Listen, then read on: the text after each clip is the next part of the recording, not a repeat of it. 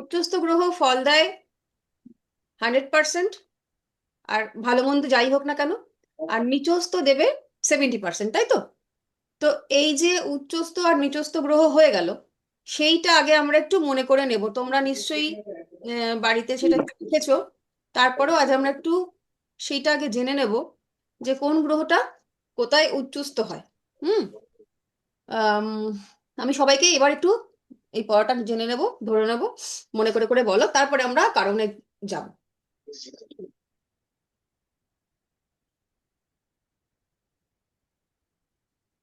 লাবণী চ্যাটার্জি, চলে আসুন।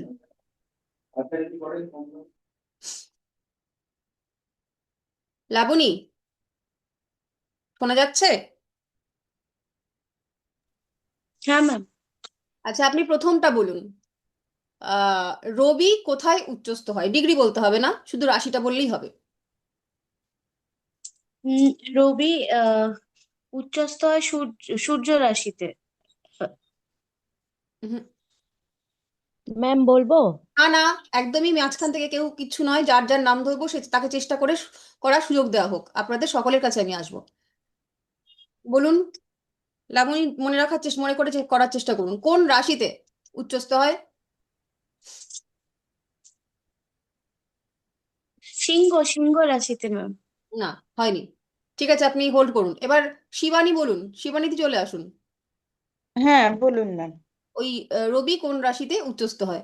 রবি মেষে উচ্চস্থ হয়। আচ্ছা, এই যে রবি উচ্চস্থ হলো, হ্যাঁ, তাহলে এই হুম। রবি কিরকম ফল দেবে? রবি কিরকম ফল দেবে? 70% ভালো ফল দেবে। উচ্চস্থ সবসময় 100% ফল দেয়, কিন্তু ধরুন হান্ড্রেড পার্সেন্ট এই যদি কোনো খারাপ প্রতি হয়, মানে অষ্টম হ্যাঁ লর্ড, অষ্টম লর্ড হয়ে হ্যাঁ হ্যাঁ। উচ্চস্থ হয়েছে, তাহলে কিরকম হুম। ফল দেবে? তাহলে 70% অশুভ ফল দেবে। না না, এটা আপনাদেরকে ভালো করে বুঝতে হবে। এইটা একটু বোঝার তাহলে প্রবলেম 20% আচ্ছা। খারাপ ফল, ভালো ফল যা দেবে সেটা হচ্ছে নিচস্থ।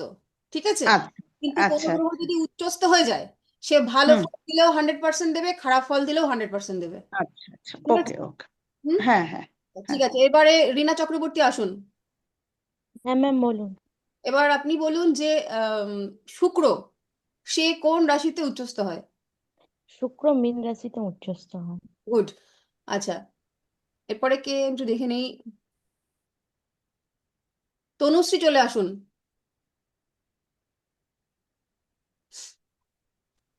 হ্যাঁ ম্যাম বলুন। বুধ কোথায় উচ্চস্থ হয়? বুধ উচ্চস্থ হয় কন্যা রাশিতে। গুড। আচ্ছা, রৌনক ব্যানার্জি, হ্যালো। হুম, মঙ্গল কোথায় উচ্চস্থ হয়? মকর। ঠিক। আচ্ছা, দেবপ্রিয়া, দেবপ্রিয়া শোনা যাচ্ছে? হ্যাঁ ম্যাম, হ্যাঁ। গুড। আচ্ছা, তুমি বলো যে আম, বৃহস্পতি কোথায় উচ্চস্থ হয়? ম্যাম, কর্কট রাশিতে বৃহস্পতি উচ্চস্থ হয়। ঠিক। আচ্ছা, এরপরে চলে যাব আমরা নিচস্থ জায়গাতে। প্রবাল বলুন যে, না, এখনো শনি মহারাজ বাকি আছেন। প্রবাল শনি মহারাজ বলুন, শনি মহারাজ কোথায় উচ্চস্থ হচ্ছে? প্রবাল শোনা যাচ্ছে? হুম। হ্যাঁ ম্যাম, হ্যাঁ ম্যাম, কি বলেন ম্যাম? শনি মহারাজ কোশ্চেন। কোথায় উচ্চস্থ হয়? তুলাতে, তুলা। ঠিক। আচ্ছা, আর কে আছে? এবার নিচস্থই চলে যাই। প্রকৃতি, প্রকৃতি বলো।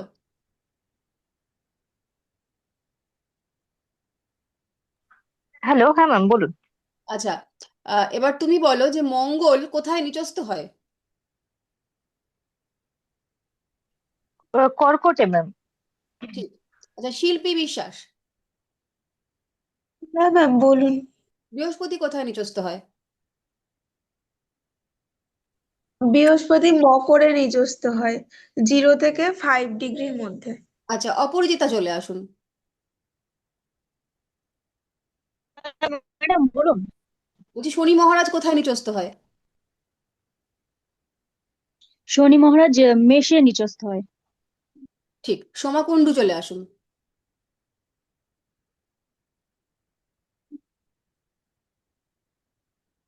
সোমা, হ্যাঁ ম্যাম। আচ্ছা, হ্যাঁ ম্যাম। তুই বুধ কোথায় নিচস্থ হয়? মীন রাশিতে। আচ্ছা, এখানে স্যামসাং স্যামসাং SM-X বলে কারোর একটা আসছে, এটাকে আমি বুঝতে পারছি না। এটা মনে হয় দেবপ্রিয়া হবে নাকি না? দেবপ্রিয়া তো নয়, অন্য কেউ হবে। স্যামসাং কেউ বলে আছেন? SM এরকম একটা কিছু দিয়ে নাম বুঝতে পারছি না। যাই হোক, আম, সৌরভ বাবু বলুন।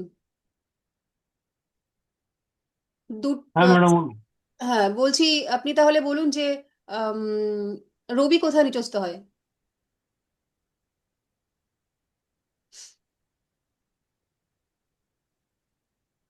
রবি কন্যায় নিচস্থ হয়। রবি কন্যা নিচস্থ হয়? হলো না। সৌরভ, তুলায় তুলায়। শুধু সৌরভ কে আছে, সেই শুধু সৌরভ বলো। শুধু সৌরভ। সৌরভের কোনো এখানে পদবি দেখাচ্ছে না, সৌরভ বলে লেখা আছে। শোনা যায়? নিবেদিতা হালদার।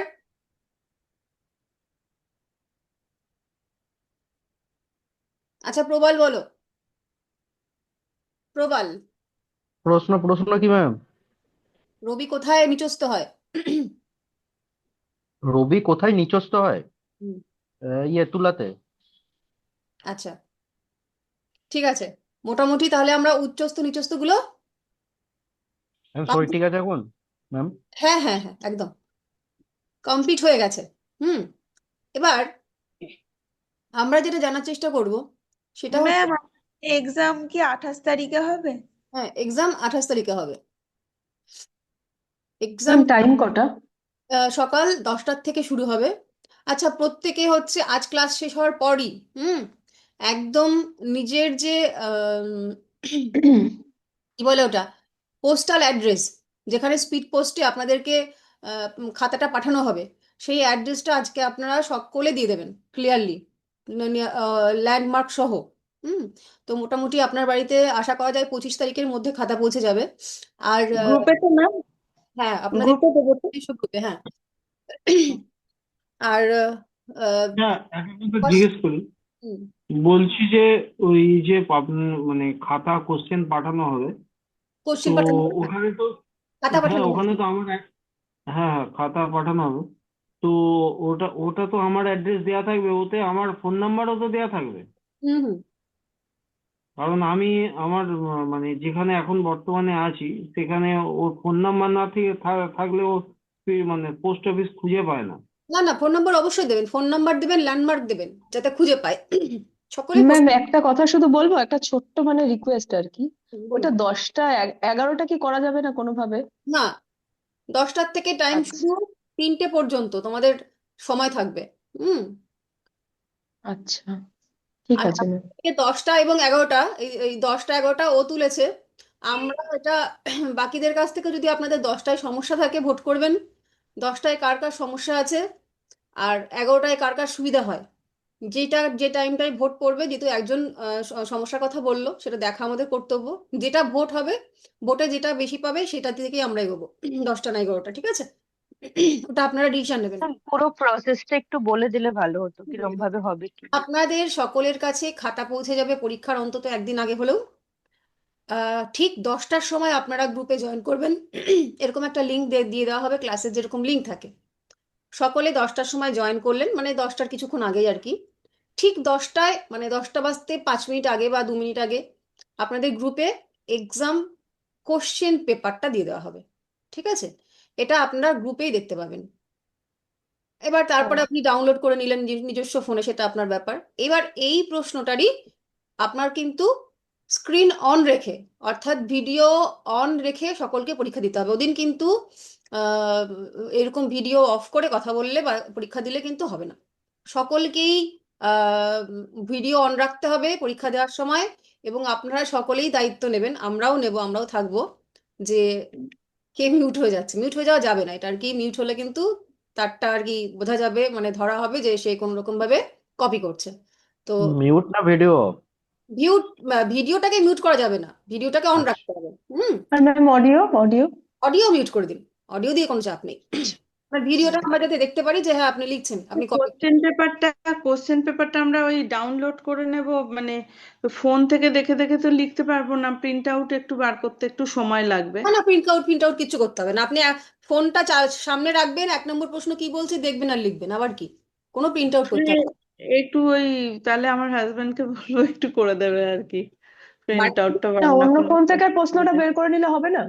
হ্যাঁ, যদি বাড়িতে যদি এই ফোনে তো ভিডিওটা অন থাকলো ধরুন। বাড়িতে তো প্রিন্টার আছে, অসুবিধা করে নেই। নেবেন, যদি প্রিন্টার না, প্রিন্টার আমার করে কাছে নেবেন। প্রিন্টার নেই। যাদের প্রিন্টার নেই তারা ফোন ফোন থেকে দেখে দেখে করে নেবেন। ওই মোটামুটি আচ্ছা। 15 পার কোশ্চেনে 15 করে মার্কস থাকবে। 10টা প্রশ্নের উত্তর আপনাদের দিতে হবে। এই 10টা প্রশ্নের মধ্যে বাস্তু থাকবে, নিউমারোলজি থাকবে, হস্ত থাকবে এবং বৈদিক জ্যোতিষ থাকবে প্রত্যেকটা প্রশ্নের। আর যে সমস্ত জায়গাগুলোতে ছবি দেওয়ার কথা বলবে ক্লিয়ারলি সকলে আগের থেকে পেন্সিল এবং কালার পেন নিয়ে রাখবেন, স্কেলও অবশ্যই লাগবে। রাখবেন। হুম। স্কেল লাগবে একটা। স্কেল, বৃত্ত, যা যা লাগে আর কি, সে সমস্তগুলো নিয়ে রাখবেন। দিয়ে আপনারা ছবি আঁকবেন। যেতে যে যে ছবিগুলো মানে যে প্রশ্নগুলোতে ছবির উল্লেখ থাকবে না, সেই প্রশ্নতেও যদি আপনার মনে হয় এখানে একটা ছবি দিয়ে উদাহরণ দিলে ভালো হয়, সেটা দেবেন। কারণ মার্কস ডাজ নট ম্যাটার, কিন্তু এই মার্কসের উপরই ভিত্তি করে আপনাদের মাথায় গোল্ডেন ক্রাউন উঠবে। তো সেই জন্য ম্যাম সাজেশন দেবেন না 10-12 এর মতো? হ্যাঁ হ্যাঁ, সাজেশন দেবো। আমি প্রথম থেকে শেষ পর্যন্ত যা যা পড়িয়েছি সব মন দিয়ে পড়ুন। প্রশ্ন আমি করব না, ঠিক আছে, খাতাও আমি দেবো, খালি ভুলে যাচ্ছি ওই সব। সাজেশন দেবো। এবার আপনারা যা পড়েছেন একদম প্রশ্ন সব আপনাদের কমন থাকবে, আমি এইটুকু অ্যাসিওর করছি। প্রশ্ন সব কমন থাকবে, উত্তর কতটুকু জানেন সেখানেই হচ্ছে মজাদার ব্যাপার। হ্যাঁ, ওইটাই ভুলে যাচ্ছি তো তো কিন্তু উত্তর। একদম আপনাদের সব জানা প্রশ্ন। গ্রহদের কারকত্ব পড়বেন, রাশিচক্রটা ভালো করে পড়বেন, নক্ষত্রের যে বিভাজনটা আপনাদের শেখানো হয়েছে সেটা পড়বেন, হাতের এই গঠন, করণে পড়তে হবে, করণ, তারপরে তিথি। অবশ্যই পঞ্চাঙ্গ তো একটা ভাইটাল চ্যাপ্টার, ওটা তো আসবেই, এগুলো হুম, পড়তে হবে। হুম। ওটাই তো ভুলে যাচ্ছি। হাত লেখার নিয়ে কি বলছিলেন ম্যাম, ওটা একটু বলুন না। কোনটা? হাতের কি বলছিলেন, হ্যাঁ, পামের? হাতের গড়ন গঠন ইত্যাদিটা ভালো করে পড়বেন, মানে ওগুলো দিয়ে তো আপনাদের আসবে। কিছু হয়তো রেখা নিয়ে, স্পেসিফিক রেখা সম্পর্কে প্রশ্ন আসলো। ম্যাম গ্রহ পাম অ্যাস্ট্রোলজির কিছু নোটস থাকলে একটু শেয়ার করেন না প্লিজ। এটা মানে এগুলো নোটস, এগুলো কিভাবে কি নোট করবো বোঝা যাচ্ছে না। নোট কারোর কাছে করা আছে? তোমাদের গ্রুপে লাবণী না, দিয়ে আছে? আমি প্রবালকে অন্যগুলো প্রোভাইড করেছি, কিন্তু ওই মানে পামিস্ট্রির তেমন কোনো প্রোভাইড করতে পারিনি, নাকি ওটা পামিস্ট্রির ওটা দিয়েছি। ওটা মনে হয় ম্যাক্সিমাম সবারই প্রবলেম থাকতে পারে ম্যাম। ওর ওই কাছেও নেই, লাবণীর কাছেও নেই ইয়েটা, নোট? বাস্তুটা দিতে ওটা পারিনি। ওটা আমার কাছে যতদূর আছে আমি পল্লবীকে দিয়েছি ম্যাম। আর আমাদের গ্রুপে স্যার অনেকটাই দিয়ে দিয়েছিলেন। আচ্ছা, তাহলে ওটা হ্যাঁ একটু শেয়ার হ্যাঁ। করে দিও। ওইটা নিয়ে আচ্ছা, তো ওই আমারও হিউজ লাবণী চাপ আছে, একটা আমি দিয়েছিল, মানে ওটা আমি লিখে নিয়েছি, ওটা কি তাহলে দিয়ে দেবো? দেখুন বাস্তু একটা আর জিনিস, পাম আর নিউমোরোলজি নিয়ে ম্যাম আর একটা আমাদের ক্লাস পেলে মনে হয় ভালো হতো। হ্যাঁ ম্যাম। কি কি আর একটা ক্লাস তো আমাদের স্যারের আর একটা ক্লাস যদি কোনোভাবে আমরা পেতাম খুব ভালো হতো বাস্তুটা অ্যাকচুয়ালি। ওইটা খুব নিয়ে ইয়ে। একটু সবারই আমার ধারণা যে একটু সমস্যা রয়ে গেছে, কিন্তু আমার আছে, আর কারোরটা জানি না, বাট আমার আছে। বাস্তু, পাম আর কি, কোনোভাবে যদি একটা নিউমোরোলজি, মানে স্যার যেগুলো করান আমাদেরকে। তিনটেই তো বললে, তাহলে তিনটেও তো করানো হয়ে গেছে সবকিছু, তোমাদের সিলেবাস টাস্ক তো শেষ হয়ে গেছে। হ্যাঁ হ্যাঁ কিছু হ্যাঁ। কিছু জায়গায় একটু কনফিউশন আছে ম্যাম। আচ্ছা, তো সেই জন্য এবার এর মধ্যে তো আর আমি গ্রুপেও লিখেছিলাম, আপনি বলেছিলেন টপিকগুলো, আমি গ্রুপেও লিখেছিলাম। তো হয়তো কোনো কারণে, ব্যস্ততার কারণে স্যার দেখেননি, ওনাকে আমি মেনশন করেই লিখেছিলাম। তো হুম হতেই পারে এটা মিস হয়ে গেছে কোনোভাবে। তো হুম একটুখানি কনফিউশন আছে, যদি কোনোভাবে পসিবল হয়, আদারওয়াইজ কোনো ব্যাপার না, আমরা কনফিউশন এক নেক্সট দেখো, টাইম মনে ম্যানেজ হয় করে না নেবো। যে তোমাদের স্যারের বুধবার দিন একটা ক্লাস, কিন্তু স্যার তো ক্লাস একদম প্রত্যেকটা দিন এত ফিক্স থাকে না, প্রত্যেক দিনই না কোনো ঠিক না আছে। কোনো থাকে। তোমাদের কি কি প্রশ্ন নিয়ে সমস্যা আছে সেই সব হুম। প্রশ্নগুলো তোমরা হচ্ছে গ্রুপে লেখো, হ্যাঁ, আজকে আচ্ছা আচ্ছা আচ্ছা। পরে ওটা আমি স্যারকে রিকোয়েস্ট করব ওটা গ্রুপের মধ্যেই ক্লিয়ার করে দেওয়ার জন্য। হ্যাঁ হ্যাঁ হ্যাঁ, তাহলেই ম্যাম হবে। পামের ক্ষেত্রে ব্যাপারটা কি হয় না, স্যার পরপর পরপর বলে যায় ব্যাপারগুলো, ঠিক আছে বোঝা যায়, কিন্তু কিভাবে নোট করব সেই জায়গায় একটু কনফিউশন থেকে থাকে। তো যে কারণে নোট গুলো না ঠিকঠাক মতো করা যায় না। আচ্ছা, ওই যে লাবণীদি যেটুকু করেছে ওটুকু আগে দেখো বুঝতে পারো কিনা। তো সেইটা তোমাদের একটু আগে বলা উচিত ছিল, এখন একদম সেই না না, ওটা স্যার তো পামের সমস্ত কিছু স্যার গ্রুপে শেয়ার করে দিয়েছিলেন, হ্যাঁ, ওটা নিয়ে স্যার কোনো দিয়ে ইয়ে নেই। দিয়েছেন গ্রুপে। কয়েকটা জায়গায় একটু কনফিউশন আছে ম্যাম, আমরা কেউই নোট করিনি ওইগুলোর। অ্যাকচুয়ালি দুই একটা প্রশ্ন একটু, ঠিক আছে স্যারকে গ্রুপেই লিখে দেবো, স্যারের হুম, বিজিনেস আছে বুঝতে পারছি। ঠিক আছে। আর হলো প্রত্যেকটা দিন তোমাদের তো ফিক্স থাকে, এবার তার অন্য হ্যাঁ হ্যাঁ হ্যাঁ। এবার 25 তারিখে ছুটি, তো ওটা ছুটি না হলে পরে হুম। ম্যানেজ করা যেত।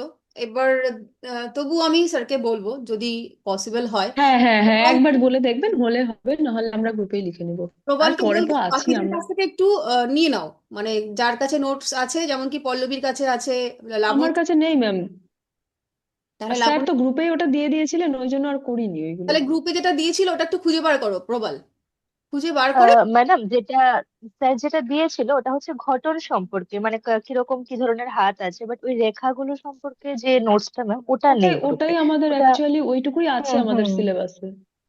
আচ্ছা স্যার শোনো, যেটা ব্যাপারটা কি পুরোটাই দিয়ে তোমাদের তো দিয়েছেন। এইবার ফার্স্ট হাফে সব থাকবে না। ফার্স্ট হাফে হাতের গড়ন, কালার, গঠন, এইগুলোই তো থাকে। আর কি আছে হাতের রেখার তো আর রেখা আছে 4টে বেসিক লাইন চারটে ম্যাম। রেখা, হ্যাঁ। এবার এর তো এখনো পর্যন্ত দেখো হয়েছে কি, স্যারের আমি যেটা দেখছিলাম স্যার বলছিলেন তোমাদের একটু অ্যাডভান্স লেভেলের ক্লাস করিয়ে ফেলেছেন স্যার, সিলেবাস বহির্ভূত হ্যাঁ ক্লাস। হ্যাঁ হ্যাঁ। ওই কিন্তু জন্য ম্যাম তোমার ওখানে ওইটাই একটা প্রশ্ন ছিল, ওখানে না ব্রহ্মস্থান নিয়ে স্যার কিছু বলেছিলেন সেদিনকে। তো আমি ব্রহ্মস্থান ভাবছিলাম যে বাস্তুর রেকর্ডিং বাস্তুর হচ্ছে ভিডিওটা, হ্যাঁ বাস্তুর, আচ্ছা তার শোনো, জন্য আর লিখিনি, কিন্তু কোশ্চেন পরে না করো ওই বাস্তুর রেকর্ডিংটা আর বাস্তুর পাইনি। বাস্তু নিয়ে কোশ্চেন করো, আমি বলে দিচ্ছি কি প্রবলেম আছে এখানে, বুঝে দিচ্ছি। না, উনি কিছু একটা এক্সপ্লেন করেছিলেন, তো আমার একটু সমস্যার কারণে আমি সেদিন লিখিনি। তো এইবার আমি ভাবছি ভিডিওটা হয়তো পেয়ে যাবো, তো লিখে নেবো, তারপর আর ভিডিওটা আর ওটা পাবলিশ হয়নি আর কি। ওটা কত তারিখের ভিডিও? ব্রহ্মস্থান নিয়ে কিছু বলেছিলেন স্যার, 11 তারিখে ক্লাস হয়েছিল, 11th এগারো ডিসেম্বর। তারিখে এটা পেয়ে যাবে, আজকে পেয়ে যাবে, এটা অনেকেই আমাকে রিকোয়েস্ট করেছে, স্যারকেও বলেছি, স্যার হয়তো ভুলে গেছেন। আচ্ছা But আচ্ছা তোমরা আচ্ছা। যেটা আর করবে, ম্যাম, ম্যাম স্যার একটা কথা বলেছিলেন, লসু গ্রিপ বলে কিছু একটা আমাদের সিলেবাসে আছে হুম, নিউমোরোলজিতে, তো numerology, ওইটা কি আছে আমাদের? ওইটা কিন্তু আমাদের পুরো কনসেপ্টটাই বাদ আছে, কোনো কিচ্ছু ক্লাস হয়নি ওটা। ওটার কি তোমাদের সিলেবাসে আছে সরস্বতী? স্যার তো বলেছিলেন, আমি স্যারকে জিজ্ঞেস করেছিলাম সেদিনকে ক্লাসে, তো স্যার বলেছিলেন যে আছে নাকি। এবার আমিও জানি না যে কি আছে আর না আছে, কারণ এই ওদের কাছে পার্টটা তাও নিয়ে আমার আছে, আমার কাছে কিছুই নেই। আচ্ছা শোনো, তোমাদের সলিউশন বলি। আজ হচ্ছে তোমরা বলেন। ক্লাস শেষ করার পরে নিজেদের মধ্যে আলোচনা করো যে তোমরা প্রত্যেকটা ওই বাস্তু, নিউমারোলজি আর হাত, এগুলো নিয়ে তোমাদের কি কি সিলেবাসে আছে আর কি কি তোমাদের কনফিউশন আছে, যেগুলো তোমরা পাওনি এখনো, ওইটা আগে শর্ট আউট করো সবাই মিলে। দেখা গেল তুমি না পাওনি। না, লসু গ্রিপটা আছে কি সেটা তো কেউ একটা বলুক না, আমি তো সেটাই বুঝতে পারছি না, কারণ স্যার বলেছিলেন, এবার ওনার তো হয়তো গুলিয়ে যেতেই পারে এত সিলেবাসের মধ্যে। হ্যাঁ হ্যাঁ স্যার, না না, নেই, না থাকলে তাহলে ছেড়ে দাও। মনে হচ্ছে না। নেই ওটা। যেটা, এটা আচ্ছা, তাহলে নাম্বার কোনো নেই চাপ আর নেই, ওটা। তাহলে ফ্যাকাল্টি বাদ বাকি সব আছে হয়ে গেছে। নিউমোলজি, হ্যাঁ হ্যাঁ স্যার ওই নাম্বার আর লেভেলের ফ্যাকাল্টি। ক্লাস তোমাদের করিয়ে ফেলেছিল হাতের হ্যাঁ কি ও হ্যাঁ আচ্ছা হ্যাঁ। আচ্ছা। কি রেখা নিয়ে, ওটা তোমাদের ছিল না, ওটা হচ্ছে কিন্তু না, ওগুলো আমি কোনো সবার আগে হাত context নেই পাঠিয়েছিলাম আমার ওই কাছে, দিন। লেখা নেই। ম্যাম, স্যার ভেবেছিলেন আমি যে সবার আমরা আগে আমিও পাঠিয়েছিলাম, পাঠিয়েছিলাম। সেটার জন্য আমরা খুব আনন্দিত, আমরা স্যারের কাছে হাত দেখাতে পেরেছি। হ্যাঁ হ্যাঁ হ্যাঁ। তো যাই হোক ওটা তোমাদের হয়ে গেছে, মোটামুটি তোমাদের সিলেবাসে সবই কমপ্লিট, অত চাপ নিও না। হ্যাঁ হ্যাঁ। আর যা যেটা ওই যেটা ভিডিওটা আজকের মধ্যে একটু আপলোড করে দিতে বলবেন, হ্যাঁ ওটার সব মধ্যে না যত, বাস্তুর কিছু পার্ট থেকে গেছে। এক সেকেন্ড আমি স্যারকে, 11 তারিখের ক্লাসটা। হ্যাঁ 11 তারিখে আমাকে আরো একজন ইয়ে করেছিল যে পাইনি বলে, আমি স্যারকে বলেছিলাম, তো স্যার আবার ভুলে গেছেন, আমি করে দিচ্ছি। Qualities of palm, type of ট্রিকোনা, ধর্মা, স্ট্রেংথ, উইকনেস, এই বাস্তু, হাতের ডিরেকশন আর আকারটা বেসিক একটু কনসেপ্টস। একটু পাঠালে ভালো হয়। কি আমাদের বলছো? বাস্তুতে আছে শুধু হাতের ডিরেকশন আর আকারটা বেসিক কনসেপ্টস, আর হচ্ছে ডোরস। ব্রহ্মস্থান নেই মনে নোটসটাও হয়। হয়নি, এটাও আমি লিখেছিলাম। নোটস আমাদের এমনিতে যখন স্যার যখন ডিরেকশন গুলো করিয়েছিলেন তখন নোটস গুলো আমাদের হয়েছিল, হ্যাঁ কি বলেছিলেন মানে ওর মধ্যে ডোরসের উনি দিকে বলেছিলেন, নজর কিন্তু দিলে কি হয়, স্পেসিফিক্যালি ডোটস এর কোনো আলাদা কিন্তু কিছু হয়নি আমাদের। আবার কি ওটার হবে, মধ্যে ওর থেকে মধ্যেই খুঁজে তো খুঁজে বের বলেছেন। করতে হবে এখন ভিডিও দেখে দেখে, আমার কাছে নেই। ওর মধ্যেই বলেছেন। তোমার কাছে থাকলে দিদি একটু আমাকে দিও না। আচ্ছা ঠিক এ আছে। পল্লবী আর সিলেবাস না না, বাড়িও না। হ্যাঁ, গ্রুপে ঠিক দিলে আছে আমি বুঝতে তো সবই পারবো। বাড়িয়ে দিচ্ছি, সবাই মিলে আমাকে আলোচনা এবার গালাগাল। আলোচনা এবার বন্ধ করো। আমি ক্লাস থেকে বেরিয়ে যাওয়ার পরে তোমরা কেউ বেরিও না, আমি ছুটি নেব, তোমরা সবাই ক্লাসে থেকে যেও। হ্যাঁ, হ্যাঁ ম্যাম, আমরা আজকে অনেকক্ষণ ধরে তাহলে চ্যাট তারপর করবো তোমরা সবাই আলোচনা মিলে। আলোচনা করে যাই হোক একটা সিদ্ধান্ত নিয়ে নিও, ঠিক আছে? আর ম্যাম একটা কথা বলছি, টেনশন কমানোর জন্য কিছু একটা রেমেডি বলুন। পড়াশোনা তো কিছু হচ্ছে না, শুধু টেনশন হচ্ছে। মেডিটেশন মেডিটেশন তোমার তো ভীষণভাবে মেডিটেশন করার দরকার। হুম। আমি তো সবসময় করতেই থাকি ম্যাম, মেডিটেশন দিনে 3 করতে হয়। ঘন্টা, আর কত করব আমি? কিন্তু মন তো আমার তো মানে সবই চলে যাচ্ছে। মেডিটেশন করতে বসে তো শুধু এই চিন্তা ওই চিন্তা মাথায় আসে, তাহলে কি না, করে? আমি মেডিটেশন করি না তো, আমি জোরে জোরে মন্ত্র চান্ট করি, কারণ আমি জানি আমার কনসেন্ট্রেশন নেই অত। না, ওটা করলে হবে না। জোরে জোরে মন্ত্রচান করার একরকম তুমি মানে প্রতিকার পাবে। আর মেডিটেশন করার, তোমার বেসিক্যালি মেডিটেশন করার দরকার। তুমি কোনো ঠান্ডাশিষ্ট জায়গায় ঠাকুরের ঘরের সামনে সুন্দর একটা লাল আসন নিয়ে বসে পূর্বমুখ দিয়ে ফিরে আস্তে আস্তে 21 দিন টানা, হুম। তোমার 21 দিন তো লাগবেই, তুমি 21 দিন পর্যন্ত কিছুই কনসেন্ট্রেট করতে পারবে না, তারপর হয়তো 2 মিনিট 1 মিনিট কনসেন্ট্রেট করলে, তারপর দেখবো একটা সময় ঘুমিয়ে পড়ছো। এবং যখন ঘুমিয়ে, আমি চান্ট করতে করতেই ঘুমিয়ে যাই ম্যাম মাঝে মধ্যে। হ্যাঁ, তো ওই চান্ট করো, কিন্তু সঙ্গে তোমাকে একটু চোখ বন্ধ করে মেরুদণ্ড সিধা রেখে একদম মাঝখানে চোখ রেখে নিজেকে কন্ট্রোলে আনার চেষ্টা করো। হুম। হুম। আচ্ছা, আমি একটু আউট অফ কন্ট্রোল আছি, তাই না ম্যাম? তুমি একটু একটু আছো, মানে অনেকটাই আপনি বলছেন। একটু আছো, একটু। ম্যাডাম যখন প্রশ্ন ধরছেন তখন আমরা যেন উত্তর পাচ্ছি, কিন্তু এই এক্সামের কথা শুনে সব ভুলে ভুলে যাচ্ছি। না না, কিছু বলবে না, শোনো। যখন এক্সাম তোমরা প্রথমে কোশ্চেন পাবে, দেখবে বেসিক্যালি সব দিন সব প্রশ্নের সময়, পরীক্ষার সময় আমাদের ওটা হয়, প্রথমে দেখবে এই প্রশ্নের উত্তরটা তো জানি, এটা তো কমন কোশ্চেন, কিন্তু কিভাবে লেখা শুরু করব এখানে একটু সমস্যা হয়। 1 মিনিট 2 মিনিট থেমে যাও, চোখ বন্ধ করো, মা সরস্বতীর একটু আরাধনা করো, দিয়ে লিখতে শুরু করে যাও। এবার দেখো তার মধ্যেও এমন নয় যে তোমাকে ছবি আঁকতে বলা হয়েছে। লাবণী তোমাদের মধ্যে একজন চিত্রশিল্পী, এটা তো নিঃসন্দেহে যে ও সব থেকে ভালো ছবি আঁকবে, তাতে কোনো সন্দেহ নেই। কিন্তু ও ভালো ছবি আঁকবে মানেই যে ও ভালো লিখবে এটা কিন্তু নয়। দেখা গেল শিল্পী বিশ্বাস সব থেকে ভালো লিখলো, তার মধ্যে কিন্তু তোমাদের দশা অন্তর্দশাও রিলেটেড, যার দশা অন্তর্দশা এখন সাপোর্টিভ তার রেজাল্টই ভালো হবে। হুম। তো ওইটা নিয়ে আবার পরে পরে কান্নাকাটি করতে বসে যেও না, যে আমার কেন হলো না, ও কেন 108 পেয়েছে, আমি কেন 96। হ্যাঁ, এসব করতে যেও না, শান্তি মতন তেল কামাতে পেও নাকি ম্যাম? প্রত্যেকটা পরীক্ষার পরে কান্নাকাটি ছুড়ে দেবে ম্যাম, আমি এগুলো প্রত্যেকটা ক্লাসে। ম্যাম তাই নাকি? একটা প্রশ্ন ছিল। এই যে আগের আগের যে একটা স্যাম্পল কোয়েশ্চেন স্যার শেয়ার করেছিলেন না, ওটার মধ্যে লেখা আছে 1, 4, 8-এর সংখ্যাগুলির বৈশিষ্ট্য লেখো। মানে এই নাম্বারের যে ক্যারেক্টারিস্টিক ওই পুরোটা লিখতে হবে, তাই তো? একদম, ধরো এক সংখ্যা কার, কে কে রুল করছে, হুম তার যে শত্রু সংখ্যা, তার যে মিত্র সংখ্যা, সেগুলো, এই সংখ্যার হুম। মানুষের চরিত্র কেমন হয়, যেগুলো তোমরা শিখেছো এই সংখ্যা সংক্রান্ত সমস্তটাই ডিটেল। আচ্ছা কারণ তোমরা আচ্ছা। দেখবে, খেয়াল করবে প্রত্যেকটা প্রশ্নের সময় যে মার্কসটা কতটা আছে, দেখবে 4 4 করে নাম্বার থাকে, 7 7 করে নাম্বার থাকে। এবার 7 7 করে আছে। এবার যখন 7 নম্বরের কোনো কোশ্চেন, সেটা নিশ্চয়ই তোমরা 2 3 লাইনে লিখলে সেটা হবে না, সেটা অন্তত হুম 20টা তো লিখতেই হবে। এইবার যখনই আচ্ছা। তোমাদের এই যে কারকত্ব নিয়ে প্রশ্ন আসলো, বৃহস্পতির কারকত্ব লিখতে বলে দেওয়া হলো, এবার বৃহস্পতির কারকত্বটা তুমি 4 লাইন 5 লাইনে কি লিখবে? আর সেখানে কি তুমি মার্কস ক্যারি করবে? সেখানে তো যতটা হুম তোমাদের পড়ানো হয়েছে, আমি আশা করি প্রায় প্রত্যেকটা কারকত্ব এক এক দিনে মনে হয় 2টো করে তোমাদের কারকত্ব করিয়েছি, মানে 1.5 ঘন্টা হ্যাঁ ধরে হ্যাঁ। কারকত্ব করিয়েছি। তো সেখানে তোমরা নিশ্চয়ই সুন্দর করে লিখতে পারবে, ওটা নিয়ে চাপ নেই নিজের ম্যাম মধ্যে। বলছি, পাস ফেল আছে নাকি? আমার তো এখন ডাউট হচ্ছে পাস করতে পারবো কিনা। হ্যাঁ, ওসব কোনো ব্যাপার নেই, শুধু একটাই আর বিষয় তার আছে, মানে পাস সবাই, তাই তো? তাহলে ঠিক সবাই আছে। পাস। কথাটা হচ্ছে একটাই, যে যে হচ্ছে হাইয়েস্ট মার্ক ক্যারি করবে, যে হ্যাঁ, সে সে একটা গোল্ডেন ক্রাউন পাবে আর কি।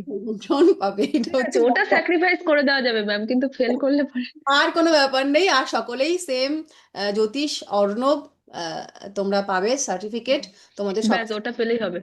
সকল ক্রাউন তো একজনই পাবে, তার জন্য এত আর খেটে কি হবে ম্যাম? কথা, ওর কে পাবে সেটাই তো বিষয়, কাকে নিতে দেবে তুমি? তুমি নিজে নেবে না কাউকে দিয়ে দেবে, এটাই তো ব্যাপার। নিয়ে নিক, আমি আর টেনশন নিতেই পারছি না তো। হ্যাঁ, টেনশন করতে হবে না। আচ্ছা, আমরা পড়ায় চলে আসি। হ্যাঁ, পরীক্ষা তোমরা খুব হ্যাঁ ম্যাম। সুন্দর, আমি জানি। আচ্ছা বলছি, একটা কথা বলছি, শুধু একবার স্যারকে তবুও বলে দেখবেন যদি সম্ভব হয় কোনোভাবে আর কি। বলে দেখবো তোমাদের কি কি বিষয়ে কনফিউশন আছে, ওটা একটু মেনশন করে দিও আরেকবার। আর হ্যাঁ হ্যাঁ হ্যাঁ। আসলে কি হয় না, এত মেসেজ তোমাদের ঢোকে, ধরো 4টে 5টা গ্রুপ, প্রত্যেক দিন যদি সেই মেসেজগুলোতে এক এক দিন দেখা গেল 40টা 50টা করে মেসেজ ঢুকে যাচ্ছে, ওইখান থেকে যেটা ইম্পর্টেন্ট ওটা খুঁজে বের করার আহ, সময় আমাদের তো থাকে হ্যাঁ না। হ্যাঁ হ্যাঁ। তো খুব বোঝো বিষয়টা। সেটা ঠিক। তো তবুও আপনি তো অনেক রিপ্লাই করেন। হ্যাঁ, এবার তার মধ্যে দিয়েও আমি চেষ্টা করি, স্যারের পক্ষে আরোই অসম্ভব হয়ে যায়। তো যদি দেখো যে খুব ইম্পর্টেন্ট কিছু তোমরা গ্রুপে লিখেছো অথচ আমরা সেটা খেয়াল করিনি, তাহলে পার্সোনাল কলিং করে নিও। নাম্বার তো তোমাদের কাছে আছে, তাহলে ব্যাপারটা মাথায় থাকবে, ঠিক আছে? ঠিক আছে ম্যাডাম ম্যাম, একটু থ্যাংক কথা ইউ। বলবো? বলুন। আমার খালি চিন্তা শরীরটা ঠিক থাকবে কিনা। নিশ্চয়ই থাকবে, নিশ্চয়ই থাকবে। বলছি ম্যাডাম, আমি আমি যে প্রফেশনে আছি, হুম তো আমি সকাল থেকে প্রচুর ব্যস্ত থাকি। হুম। তো সেই ক্ষেত্রে আমি যদি ধরুন 12টা 1টার পর থেকে শুরু করি, কোনো অসুবিধা হবে? অসুবিধা অবশ্যই তো হবে, আপনাকে তো 5টার মধ্যে খাতা জমা দিতে হবে। আপনি 12টা 1টায় ঢুকে আপনি 2 ঘন্টায় কি হুম। লিখবেন? আপনি তো কমপ্লিট করতে পারবেন না 150 মার্কসের লেখা। ওটা কিন্তু, এটা তো আপনাদের মাল্টিপল চয়েস থাকছে না, সব কিন্তু ইন ডিটেলিং লিখতে হবে। তো আপনি কি 2 ঘন্টায় লিখতে পারবেন? যদি মনে করেন 2 ঘন্টায় আপনি লিখতে পারবেন, তাহলে 12টায় জয়েন করবেন। কিন্তু ও, তার মানে করা যাবে আর কি। 3টের সময় 1 ঘন্টা তো মনে করতে লাগবে ম্যাম, মনে হচ্ছে হ্যাঁ 1 ঘন্টা তো মনে করতেই লাগবে। তার মানে ম্যাম একটু দেরিতেও জয়েন করা যাবে, আমারও একটু ছোট বাচ্চা আছে তো 10টার সময় প্রবলেম হবে একটু। জয়েন করুন, দেরি 3টের সময় সবার খাতা জমা দিতে হবে, এটা হচ্ছে কথা। হ্যাঁ হ্যাঁ হ্যাঁ, সে দিয়ে দেবো, দিয়ে তাহলে 1 ঘন্টার বেশি আর কি লিখবো। 3টে বাজতে 10-এ আপনাদের পরীক্ষার এক্সামের টাইম শেষ। 10 মিনিট দেওয়া হবে আপনাদের ছবি তুলে গ্রুপে, গ্রুপে না, ওটা আমার পার্সোনাল নাম্বারে পাঠাবেন। আমার যে নাম্বারটা আছে আপনাদের গ্রুপের সঙ্গে জয়েন করা, ওই নাম্বারটাতে আপনারা প্রত্যেকে আপনার নিজের খাতার ছবি তুলে পাঠিয়ে দেবেন, ঠিক আছে? পাঠিয়ে ঠিক দেওয়ার আছে পরে ম্যাম। গ্রুপে মেসেজ করে দেবেন ডান, অমুক নামটা দেবেন যে আমি পল্লবী সেন, আমার খাতা দেওয়া কমপ্লিট, দিয়ে আপনি বেরিয়ে গেলেন। এটা 3টের মধ্যে শেষ করতে হবে, মানে আপনার ছবি তুলবেন, সফট কপিগুলো আমায় পাঠাবেন, হার্ড কপিটা পরের দিন আপনার স্পিড পোস্টে পাঠিয়ে দেবেন ঋষিবাণীর অ্যাড্রেসে, ঠিক আছে? 1-2 দিন পরে পাঠালে হবে না ম্যাম? না কেন, এত সুবিধা আর ইচ্ছে কেন? না না, আমি ওই জন্য জিজ্ঞাসা করলাম, কারণ আমার রবিবার দিন পরীক্ষা হচ্ছে তো। হ্যাঁ, সোমবার দিন কাউকে দিয়ে পাঠিয়ে দেবেন। আরে রবিবার ম্যাম আমি আউট স্টেশন যাচ্ছি, সোমবার আমি থাকবো না, আমি 2 দিন পরে ফিরছি, ওই জন্য আমি জিজ্ঞাসা করলাম। আচ্ছা, আমার রাত্রিবেলায় আমার ফ্লাইট আছে অ্যাকচুয়ালি। ঠিক আছে, যার অসুবিধা তারটা পরেই আসবে, তার খাতাটা পরে দেখা হবে, এই ঠিক আছে। ঠিক আছে। ম্যাডাম, অ্যান্সার শিটে পেজ কটা থাকবে? ওটা কি লিমিটেশন এরকম কিছু থাকবে কি, নাকি মানে আমরা যদি চাই অ্যাড করতে পারবো? বুঝিনি, আর একবার বলুন। মানে অ্যান্সার শিট যেটা পাঠানো হবে, হুম। সেটাই যে পেজটা পাঠানো হবে, এবার তারপরেও যদি আমাদের পেজের প্রয়োজন হয় তাহলে সেটা কি অ্যাড করা প্রচুর যাবে? পেজ দেওয়া হবে, প্রচুর, শেষ করতে পারবেন না, চাপ নেই, ওসব ওকে ভেবে ওকে চিন্তেই ওকে, দেওয়া ঠিক হবে, আছে। হ্যাঁ। আপনি একদম সুন্দর করে লেখা কমপ্লিট হয়ে যাবে, তারপরেও দেখবেন 5-6 পাতা রয়ে গেছে, ঠিক আছে? হ্যাঁ, অত লেখার মতো কিছু নেই, প্রচুর আছে, প্রচুর। মাথা ফাঁকা হয়ে যাচ্ছে, ওই জন্য এক বলছি। একজনের খাতা বা- আমি পাই, এক একজন প্রায় 14 পৃষ্ঠা 15 পৃষ্ঠা লেখেন, আর কি সুন্দর লেখা। মানে আমি প্রত্যেকবার পরীক্ষা, মানে অন্য টিমদের বা আমার আমার টিমের বাচ্চাদের যেমন অন্যের কাছে যায়, তারা খাতা দেখে আমাকে রিভিউয়ের জন্য পাঠায়। তো যখন খাতাগুলো দেখি মন শান্তি হয়ে যায় যে আমি যা তাদের শিখিয়েছি তারা তার থেকেও অনেক সুন্দর লিখেছে। তো তোমরাও সেরকম লিখবে, সত্যি এক একজনের খাতা আসে, এত সুন্দর তাদের পরীক্ষার খাতাগুলো পাই, দেখি যে শাস্ত্রটার প্রতি তাদের কি লেভেলের যত্ন, কি ভালোবাসা, কি সুন্দর খাতাগুলো তারা লিখে হ্যাঁ, দেয়। আমারও খুব ভালোবাসা, কিন্তু আমি মনে হয় না কিছু পারবো। পারবেন পারবেন, কোনো চাপ নেই। আচ্ছা, পড়ায় ঢুকে যাই।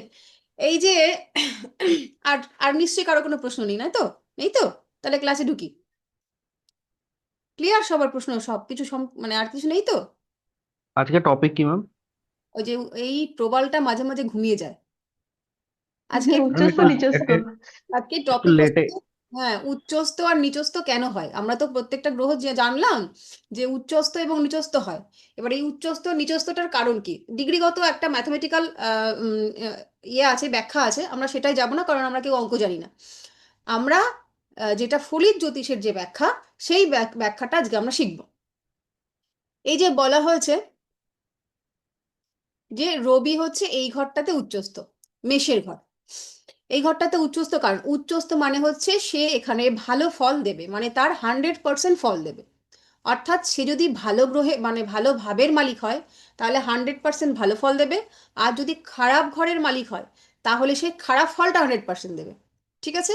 এবার এই উচ্চস্থ রবি, এই ঘরটা রবির নিজের ঘর, জেনেছি আমরা সিংহ। সিংহ ঘরের মালিক, সে সব থেকে ভালো ফল দিচ্ছে হচ্ছে মেষের ঘরেতে এসে। এইখানটাতে সে স্বতঃস্ফূর্তভাবে ফল দিতে পারছে, তার কারণ হচ্ছে কারকত্ব। তোমাদের যখন কারকত্ব আমি পড়িয়েছিলাম তখন আমি তোমাদের সকলকেই বলেছিলাম যে কারকত্বটা হয়ে যাওয়ার পরে আমরা এই উচ্চস্তর নিচস্তর কারণটা জানব। এবার রবির কারকত্ব, তোমরা সবাই জানো যে রবি হচ্ছে অগ্নিতত্ত্বের একটা গ্রহ, এবং অগ্নিতত্ত্বের গ্রহ মানে কি, সে হচ্ছে গরম।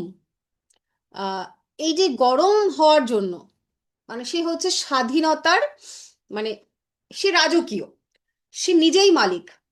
তাহলে তাকে ফল, সে যখন ফল দেবে এতগুলো রাশির মধ্যে, এই এতগুলো রাশির মধ্যে এই যে ঘরটা, এই ঘরটা হচ্ছে চরমভাবে উত্তপ্ত রাশি। অর্থাৎ এই যে মেষ রাশি, সেটা হচ্ছে, তোমরা জানো এই রাশিটা হচ্ছে অগ্নি রাশি।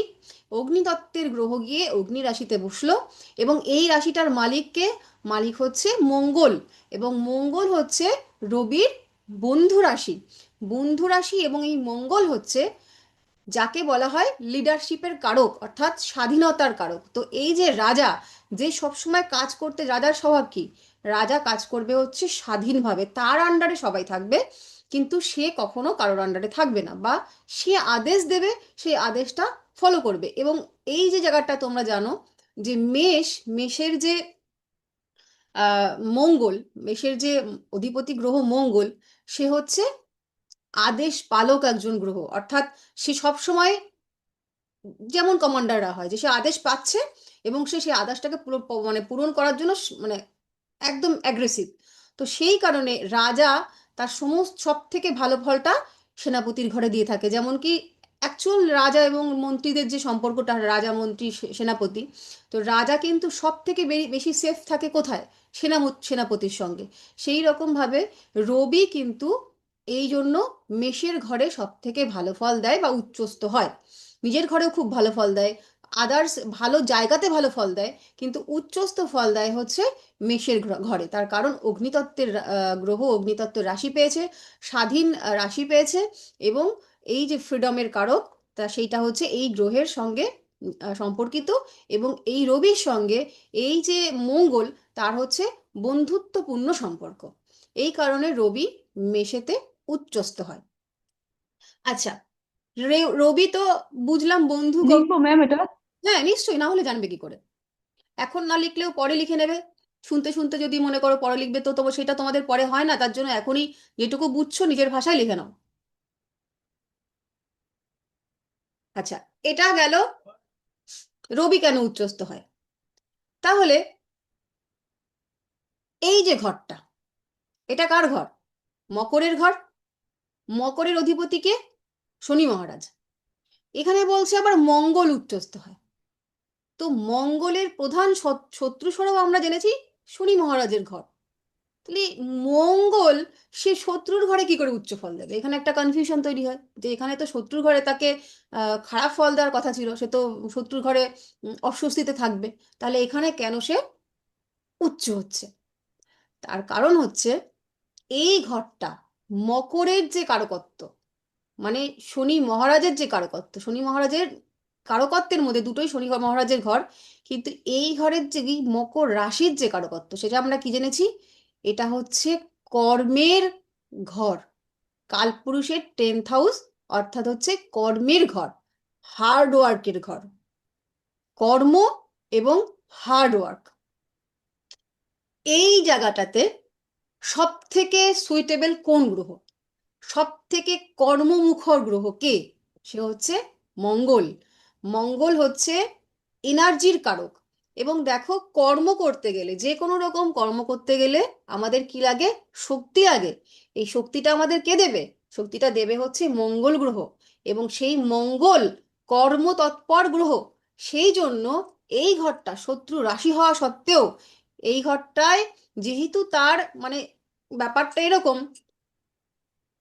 মনে করো, আমি এই এক্সাম্পলটা তোমাদের আগেও হয়তো দিয়েছি, যে একদিন কোনো কারণে মানে কোনো একজন মানুষ, তোমার ধরো মামাতো ভাইয়ের সাথে সম্পর্ক ভালোই হয়, পিস্তুতো ভাই, পিস্তুতো ভাইয়ের সঙ্গে সম্পর্ক ছোটবেলায় খারাপ হয়েছিল, বা পিস্তুতো বোনের সাথে সম্পর্ক ছোটবেলায় খারাপ হয়েছিল, তুমি ওই মানুষটাকে মোটে পছন্দ করো না, কিন্তু তোমার এবার পিসির বাড়িতে বেড়াতে যেতে হয়েছে, থাকতে হচ্ছে ওই পিস্তুতো বোনের ঘরে তোমাকে থাকতে দিয়েছে, বা পিস্তুতো ভাইয়ের ঘরে তোমাকে থাকতে দিয়েছে, সে সেখানে উপস্থিত নেই ধরো।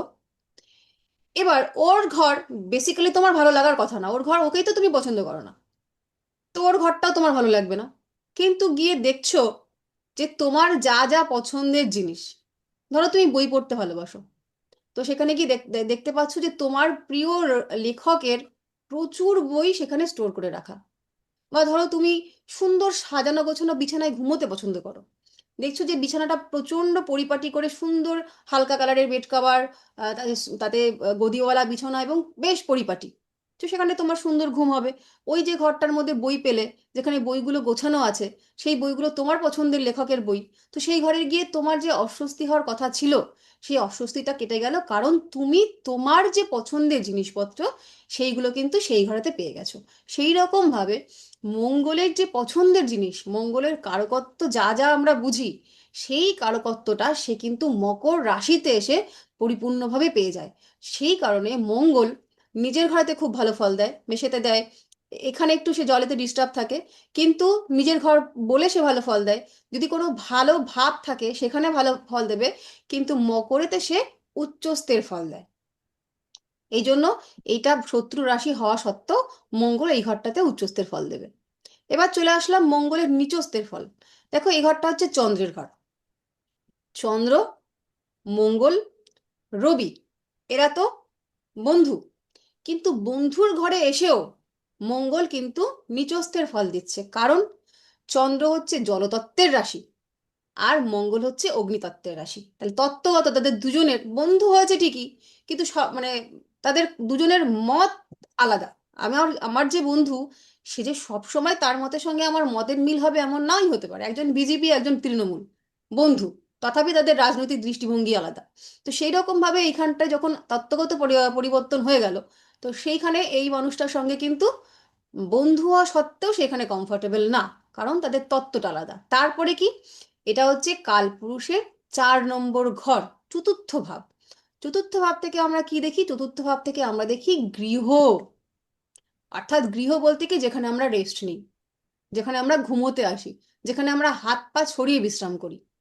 তো যে গ্রহ, সে হচ্ছে প্রতিবাদের কারক, সে হচ্ছে ছটফটানির কারক, সে হচ্ছে অ্যাগ্রেসিভনেসের কারক, যে হচ্ছে অ্যাঙ্গারের কারক, তাকে যদি বলা হয় যে তুমি এই চুপচাপ ঘরের মধ্যে বসে থাকো, বন্দি দশা প্রাপ্ত তার, যে মানে যে যে চাইছে সবসময় ছুটে বেরোতে, যে চাইছে সবসময় প্রতিবাদের মিছিল হাতে নিয়ে দৌড়তে, সে তাকে তো গৃহবন্দী করে রাখা যাবে না। মানে ঘরে রাখলে তো, তাকে যদি ঘরে থাকতে বলা হয় তাহলে সে হচ্ছে বন্দিত্ব দশাপ্রাপ্ত হবে।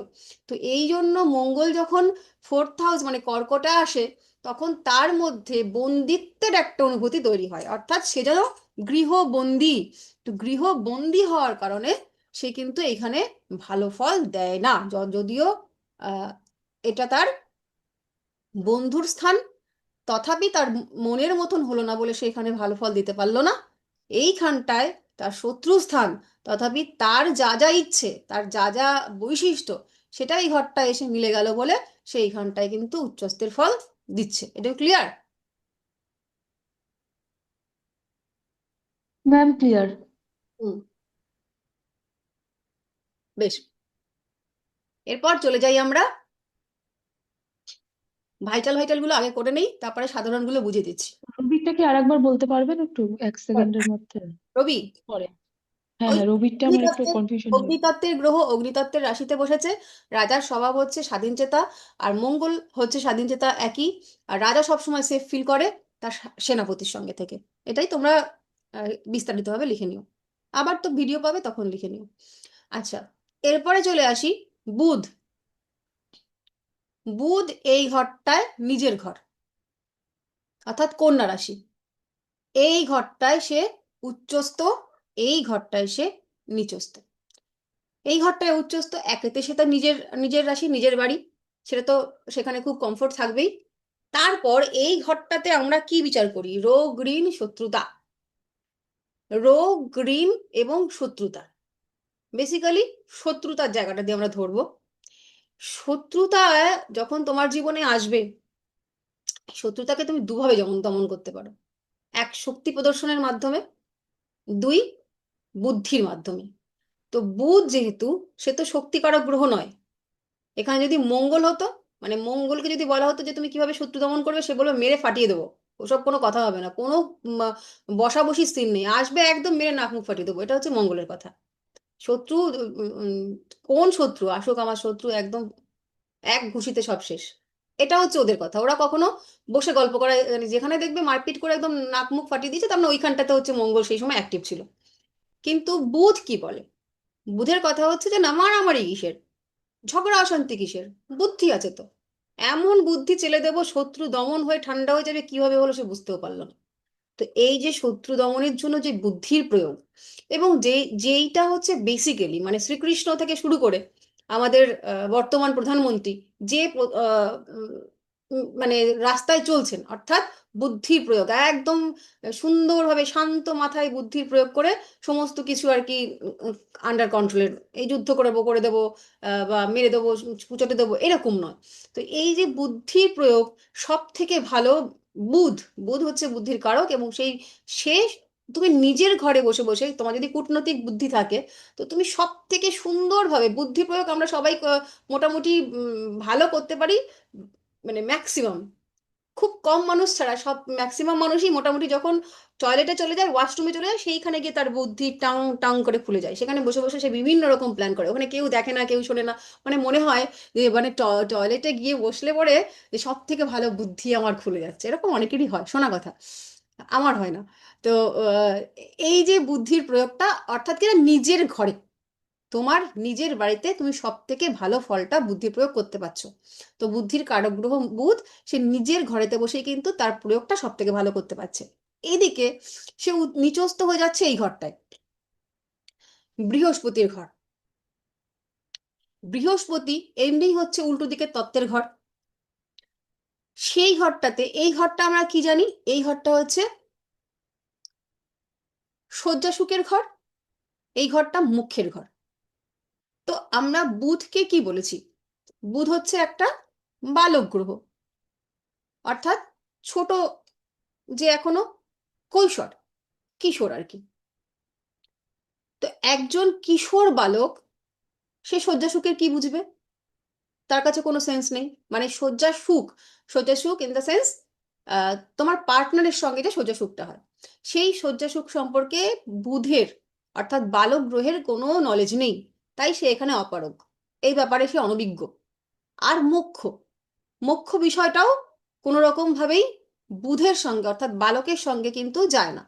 তো সেই জন্য মোক্ষ এবং শয্যাসুখ মূলত বিষয়, এবং বিদেশ, একজন বাচ্চা সে বিদেশ সম্পর্কে কি বুঝবে? তার তো দেশের জ্ঞানই এখনো কমপ্লিট হয় না, সে এখনো মায়ের কোল ছাড়তে শেখেনি, মামার বাড়িতে একলা যেতে পারে না। সে তো বিদেশের সম্পর্কে, বিদেশে গিয়ে থাকা, বিদেশে যাওয়া, বিদেশ সম্পর্কে আকর্ষণ ফিল করা, এগুলো তো ছোটবেলাতে একদম কিশোর বয়সে হয় না, একটু বড় হয়ে 18 19 20 বছর হলে পরে তখন হয়তো গিয়ে হয়। তো সেই জন্য এই ঘরটার যে কারকত্ব আছে, সেই কারকত্বের সঙ্গে বুধ কিন্তু গেল না, বুধের যে কারকত্ব সেটা মিশলো না, সেই কারণে এই ঘরটাতে হচ্ছে বুধ নিচস্থ হয়ে যায়। এই পর্যন্ত ক্লিয়ার? কারো কোনো প্রশ্ন আছে? ম্যাম, একটা হ্যাঁ প্রশ্ন ম্যাম, আছে ম্যাম। বুধ কন্যা রাশিতে উচ্চস্থ, তাই এটাও তো, কিন্তু ফার্স্ট হাউসেও উচ্চস্থ ফল দেয় না? কোনো ফার্স্ট হাউসের কারকত্ব হিসাবে আপনার মানে পার্সোনালিটি, বুদ্ধি, এই জিনিসগুলোও তো আপনার ফার্স্ট হাউসের ইয়েতে আসে না ম্যাম? দেখো, আমরা আজকে পড়ছি হচ্ছে উচ্চস্থ নিচস্থ, ফার্স্ট হাউস সেকেন্ড হাউস পড়ছি না। এই বুধ 12টা ঘরে থেকে 12টা ভাবে থাকলে বিভিন্ন রকম ফল ফল দেয়, সেটা অন্য টপিক। আজ আমরা বলছি বুধ কেন উচ্চস্থ, বুধ কোথায় উচ্চস্থ আগে আমরা শিখেছি, আজ জানছি হচ্ছে কেন উচ্চস্থ। যখন ফার্স্ট হাউসে থাকবে তার কিছু আলাদা আলাদা বৈশিষ্ট্য আছে, সেটা তোমরা সম্ভবত হালকা হালকা শিখেছো, আর বাকিটা শিখবে হচ্ছে যখন তোমরা সেকেন্ড সেমিস্টারে যাবে, সেটা কিন্তু এটা কি রাশির সাপেক্ষে করছি না আমরা?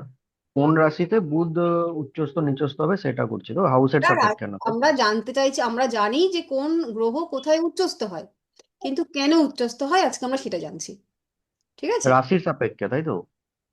রাশির সাপেক্ষে নয়, রাশির কারকত্ব সাপেক্ষে। ওকে, ঠিক আছে। হুম। আচ্ছা, বুধ হয়ে গেল। আচ্ছা, এরপর হচ্ছে বৃহস্পতিতে চলে আসি। বৃহস্পতিরটা মনে রাখা বা বোঝা খুবই সরল। আমরা বৃহস্পতিকে জেনেছি তিনি হচ্ছেন দেবগুরু।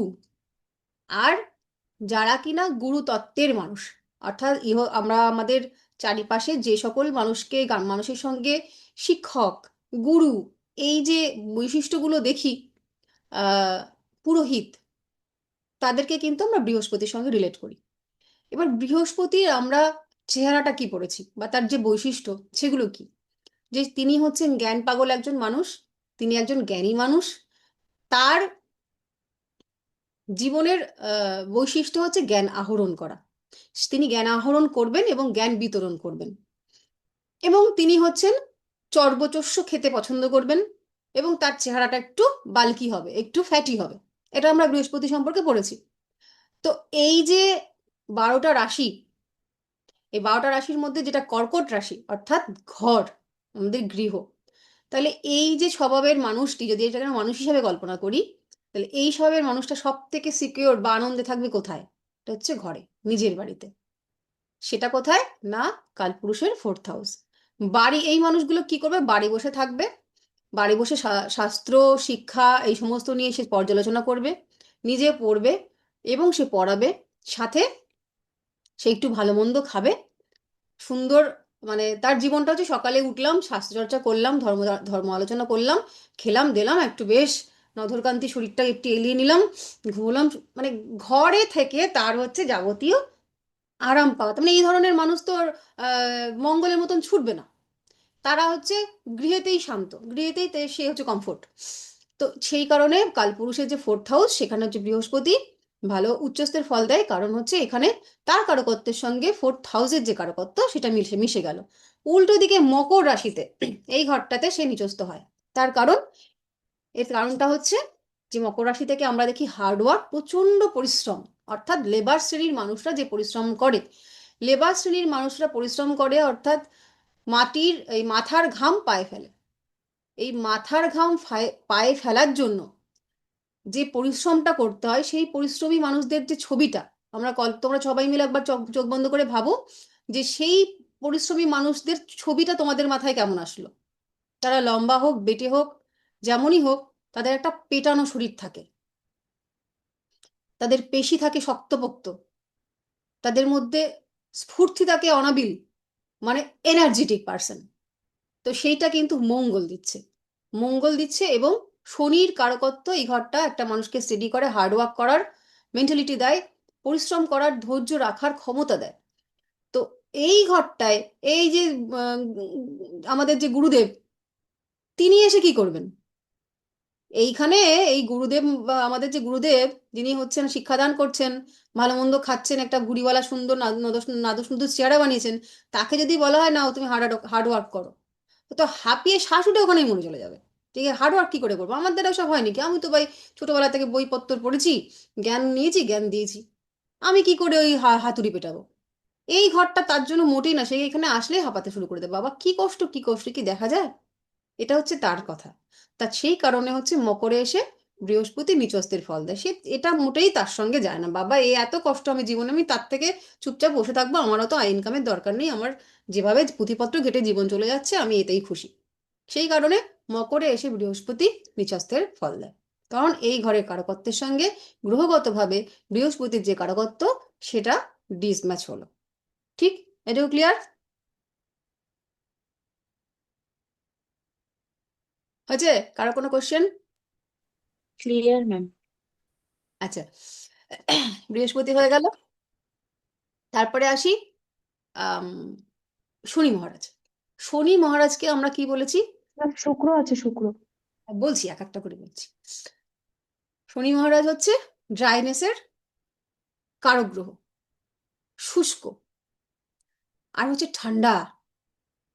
তো এই যে ধৈর্যের কারক, আমরা বলি না একটা যদি কোনো বাচ্চা, কোনো মানুষ যদি সে খুব ধৈর্যবান হয়, তাকে আমরা কি বলি? ঠান্ডাশিষ্ট মানুষ, মানে তার মধ্যে যথেষ্ট পেশেন্স আছে। তো ঠান্ডাশিষ্ট হতে গেলে মাথা আর কি ঠান্ডা রাখতে হবে। তো সেই ঠান্ডা হয়ে থাকা, সেই ঠান্ডাশিষ্ট গ্রহটা অর্থাৎ শনি মহারাজ, এই যে রাশিটা, এই রাশিটাতে উচ্চস্থ হয়। এটা কার রাশি? এটা হচ্ছে শুক্রের রাশি, শুক্র তার বন্ধু, এবং তার বন্ধুর এই ঘরটা হচ্ছে ঠান্ডা। তোমরা বৈশাখ জ্যৈষ্ঠ মাস পড়া শিখেছিলে, এইখানে বৈশাখ যদি হয় তাহলে এইটা কি মাস গুনে বলো? কার্তিক মাস। অগ্রহায়ণ অগ্রহায়ণ কার্তিক মাস। কার্তিক মাস। কার্তিক। কার্তিক মাস আমার তার অবশ্য মানে বাংলার হচ্ছে জ্ঞানটা ওই খুব অক্টোবরের শেষের দিকটা, যখন কালী পুজোর সময়টা হয়। তো দেখো ওই সময়টায় কিন্তু ঠান্ডা পড়া শুরু করলো, মানে উম, মা দুর্গা জলে গেলেন এবং ঠান্ডা পড়ছে। এই সময়টায় সূর্য হেলতে শুরু করে। তো এই জায়গাটাতে আসলে মানে এই যে ঠান্ডাটা শুরু হলো আমাদের, আহ, ঠান্ডার কালটাও শুরু হচ্ছে কার্তিক মাস, এবং এই রাশিটা কিন্তু শুক্র রাশিটার ঘর হচ্ছে ঠান্ডার ঘর। তো যে শনি মহারাজ উনি ঠান্ডা শিষ্টভাবে ফল দিতে পারেন এই ঘরটা তার বন্ধুর ঘরে। উল্টো দিকে এই ঘরটা মঙ্গলের ঘর। প্রথম প্রথম কথা হচ্ছে একেতে হচ্ছে উম, তার প্রধান শত্রু, তারপরে হচ্ছে এটা অগ্নিতত্ত্বের ঘর। তো অগ্নিতত্ত্বের ঘর আর বায়ু, অগ্নিতত্ত্বের ঘর আর শনি মহারাজ যে বায়ু তত্ত্বের গ্রহ, এই যে দুজনের মধ্যে যে মিলল না, এই না মেলার ফলে দুজনের তত্ত্বগত মানে গ্রহের যে তত্ত্বগত কারকত্ব এবং এই রাশির যে তত্ত্বগত কারকত্ব, এই দুটো কারকত্ব মিলল না। তারপরে কি, যে না আহ, শনি মহারাজ সে হচ্ছে ধৈর্যের কারক, সে হচ্ছে আহ, স্থিরতার কারক, সে পরিবর্তন চায় না। আর এ কি, এ ঠিক তার উল্টো, এ হচ্ছে পরিবর্তনের কারক, প্রতিবাদের কারক, উল্টে দেওয়ার কারক, আমি সমাজের সমস্ত কিছু বদলে দেবো। তো রাশিগত দুজনের মধ্যেও কিন্তু মিলনটা হলো না। ফলে এই ঘরটায় মানে বাকি সমস্ত ঘরের থেকে এই ঘরটায় এসে শনি মহারাজ সব থেকে বেশি অস্বস্তিতে পড়েন। ফলে এই ঘরটাতে সে নিচস্তের ফল দেয়। হলো, এরপর আমরা চলে যাচ্ছি শুক্র। ম্যাম একটা ছোট্ট প্রশ্ন আছে। হুম, শনি মহারাজ আপনি বললেন মানে আমরা যতদূর জানি যে উনি ধৈর্যের কারক, হুম। কিন্তু তুলা রাশি তো বায়ু তত্ত্বের রাশি, ও তো ধৈর্য দেখাবে না, ঠান্ডা না, হতে পারে কিন্তু বায়ু ওর তো কোনো তত্ত্ব তো, ব্যালেন্স নেই না লাইফে। শোনো শোনো, বায়ু তত্ত্বের রাশিতে তত্ত্বগতভাবে হ্যাঁ। মিল, আর বায়ু তত্ত্বের গ্রহ গ্রহ চলে গেছে না, তত্ত্বগত মিল পেয়ে গেল। ধরো আচ্ছা তুমি একজন ধৈর্যবান মানুষ, সাপোজ করো আচ্ছা। তুমি ধৈর্যবান মানুষ। এবার তুমি রোদ্দুর থেকে হেঁটে এসছো, সেই হ্যাঁ রোদ্দুর থেকে হেঁটে আসার পরে স্বাভাবিক তোমার মাথাটা একটু তখন গরম, কষ্ট হয়ে গেছে। হ্যাঁ এবার তুমি হ্যাঁ যখনই একটা এয়ার কন্ডিশন রুমে চলে গেলে, কি হ্যাঁ হচ্ছে, সঙ্গে সঙ্গে তোমার মাথা ঠান্ডা হয়ে গেল। আর হ্যাঁ। তাছাড়া বায়ু সবসময় তো ব্যালেন্স করে কে তোমাকে গরম আর বাজারটা ঠান্ডা। দিক আর না দিক, তোমার ধৈর্যটা কিন্তু সেখানে চলে। আর তুলা মহারা, এই তুলার ঘরটা তো ব্যালেন্সিং এর ঘর। হুম। তো এই কারণে দুজনের তত্ত্বগত, কিন্তু ম্যাম আমরা যখন রাশির কারকত্ব পড়েছিলাম তখন আমরা দেখেছিলাম যে তুলা রাশি ব্যালেন্স করতে পারে না, না না একবার কে এইদিকে বলেছে, ঝুঁকতে যায় না ওইদিকে ওটা দিয়ে একেবারেই না, এরা ডিসব্যালেন্স হয়ে ব্যালেন্স গিয়ে করতে পারে। তুলা তো এরা ব্যালেন্সেরই সবসময় রাশি। ব্যালেন্সিং, এরা হচ্ছে ব্যালেন্সিং রাশি, কিন্তু এরা অন্যের জীবন দেখতে দেখতে নিজের নিজের ক্ষেত্রে ব্যালেন্স করতে পারে না। এরা সারা জীবন আচ্ছা হচ্ছে মানে তুলা যন্ত্রটা কি দেখবে, তুলা যন্ত্রের ঝুঁকে এপাশে থাকে একদিকে থাকবে, কখনো। হ্যাঁ। আর এপাশে তোমার মাপযন্ত্র থাকবে। এই দুজনের মধ্যে সে ব্যালেন্স করছে। তুলা কিন্তু টোটাল যন্ত্রটার মাঝখানের যে অংশটা, তুলা, ও ও কিন্তু আচ্ছা। ও কিন্তু ব্যালেন্স করছে, কিন্তু ব্যালেন্স করছে কাদের, এই কাটাটা দুটো জিনিসকে। কিন্তু সে নিজে কিন্তু সবসময় হেলছে, সে কখনো এদিকে দেখছে কখনো এদিকে ডিসব্যালেন্স। দেখছে। অর্থাৎ এই সমাজকে হ্যাঁ রাখার জন্য মানে সমাজ সংসারের জন্য তুলা যাদের লগ্ন হয়, তারা বাকি সবাইকে ভালো রাখতে গিয়ে নিজের ক্ষেত্রে ব্যালেন্স হারিয়ে ফেলে। একদম ম্যাম। এক্স্যাক্টলি প্রত্যেকটা সংসারে হাজব্যান্ডের যে ভূমিকাটা হয়, যদি সেই হাজব্যান্ডের বাড়িতে জীবিত মা থাকে, এই বউয়ের দিকে যাবে। তারপরে যদি তার আবার তুলা রাশি হয় তখন কি হবে ম্যাম? হ্যাঁ, কি, তারপরে যদি তার রাশি হ্যাঁ তুলা তারপরে হয় হচ্ছে তখন কি তুলা রাশি হবে? হয়, তাহলে সে বেটা বউকেও না বলতে পারবে না, মাকেও না বলতে পারবে না। নিজের যে অবস্থা, মানে দুদিকে বউ আর মা কোমরে দড়ি দিয়ে বাঁধবে, আর তার কোমরটা ছিঁড়ে যাওয়ার উপক্রম হবে। এটা হচ্ছে তুলার আর কি ক্যারেক্টার। তো সেই কারণে ওখানেও ভালো ফল দিতে পারে। এবার শুক্রই চলে আসি। শুক্র আমরা জানি কাম, কামের কারক গ্রহ, এবং তার সঙ্গে সঙ্গে ধন দৌলত সম্পদের কারক গ্রহ। তো সে হচ্ছে এই ঘরটাতে নিচস্থ হয় স্বাভাবিকভাবেই। এই ঘরটা কার, এই ঘরটা হচ্ছে বুধের ঘর। বুধ তার বন্ধু, বুধ তার বন্ধু হলেও সে হচ্ছে বালক সুলভ গ্রহ। সে তো ব্যাংক কিছুই বোঝে না, না ধন সম্পত্তি কিছু বোঝে, সে লজেন্স চুস বোঝে।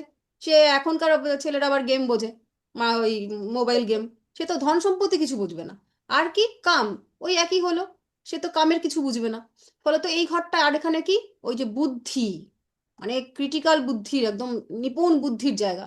কিন্তু শুক্র সে তো কবি মানুষ, সে তো কবিতা লিখবে, গান গাইবে, রোমান্টিক হয়ে ঘুরে বেড়াবে, তার তো এত বুদ্ধি টুদ্ধির দরকার নেই, সে হৃদয় দিয়ে ভাবে।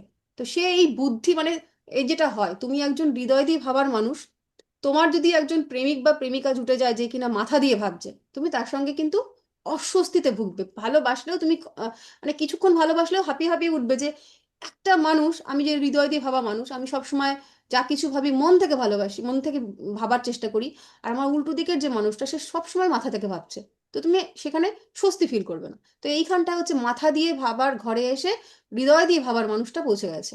তো এখানেও সে ওই অস্বস্তির মধ্যে দিয়েই থাকবে। উল্টো দিকের এই ঘরটাতে সে উচ্চস্তের ফল দেয়। কেন? প্রথম কথা, সেই সোজা সুখ, কামনা বাসনার কারকে গ্রহ সে ওই ঘরটাতে গিয়ে পৌঁছেছে, সে তো সেখানে ভালো ফল দেবেই। আচ্ছা, মোক্ষের সঙ্গে তার কি সম্পর্ক? শুক্র তো মোক্ষের কারক গ্রহ নয়, মোক্ষের কারক গ্রহ দেবে কে? কেতু।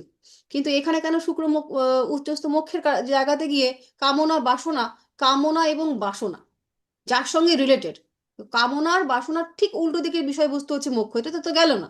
তাহলে কেন এখানে উচ্চস্থ হলো? কারণ হচ্ছে, যখনই তুমি মোক্ষের দিকে অগ্রসর হবে, তখন কিভাবে অগ্রসর হবে? যদি তোমার চাহিদা, তোমার কামনা বাসনা, সে যদি পরিতৃপ্ত না হয়, মানে বিষয়টা এরকম, তুমি বিরিয়ানি খেতে খুব ভালোবাসো, 1 প্লেট, 1.5 প্লেট অব্দি তুমি টেনে দিতে পারো। এবার এই 1.5 প্লেট বিরিয়ানি খাওয়ার পর তোমাকে তক্ষুনি বলা হচ্ছে, সঙ্গে তুমি ধরো মাটন চাপ, চিকেন চাপ কিছু একটা খুব ভালো খাও, সঙ্গে সঙ্গে 1.5 প্লেট মাটন বিরিয়ানি খেয়ে একদম আইঢাই অবস্থা। এরপরে তোমাকে বলা হলো যে না, না, একটা মাটন রেজালা খাও, তুমি অতীব খুব ভালো খেতে, তুমি বলবে বাবা গো মা দূরে, এখন আমি কোল্ড ড্রিঙ্কস ছাড়া কিচ্ছু খাবো না, কোল্ড ড্রিঙ্কসও খাবো না, আমার সেই জায়গাটাও নেই। তো সেই রকম ভাবে যতক্ষণ পর্যন্ত একটা মানুষের কামনা বাসনার জায়গা পরিপূর্ণ না হচ্ছে, ততক্ষণ পর্যন্ত সেই মানুষটা ত্যাগের দিকে অগ্রসর হতে পারে না। জোর জবরদস্তি করে আমি এখন তোমাকে বললাম যে প্রত্যেক সোমবার সোমবার করে নিরামিষ খাবে, ম্যাম বলেছে, আমি নিরামিষ খাওয়া শুরু করলাম, কিন্তু ওই সোমবার করেই আমার বরের অফিস থেকে বিরিয়ানি পাঠায়, কি যে কষ্ট। এইটা কিন্তু ত্যাগ নয়। যখন তুমি নিজের থেকে ত্যাগ করবে সেটাই ত্যাগ। আর সেই ত্যাগ করতে গেলে তোমাকে আগে ভোগটা কমপ্লিট করতে হবে। ভোগ থেকে আসে ত্যাগ, মানে ভোগ কমপ্লিট হলে জন্ম নেয় ত্যাগের, ত্যাগের থেকে আসে তিতিক্ষা, এই তিতিক্ষার পরে আসে গিয়ে মোক্ষ।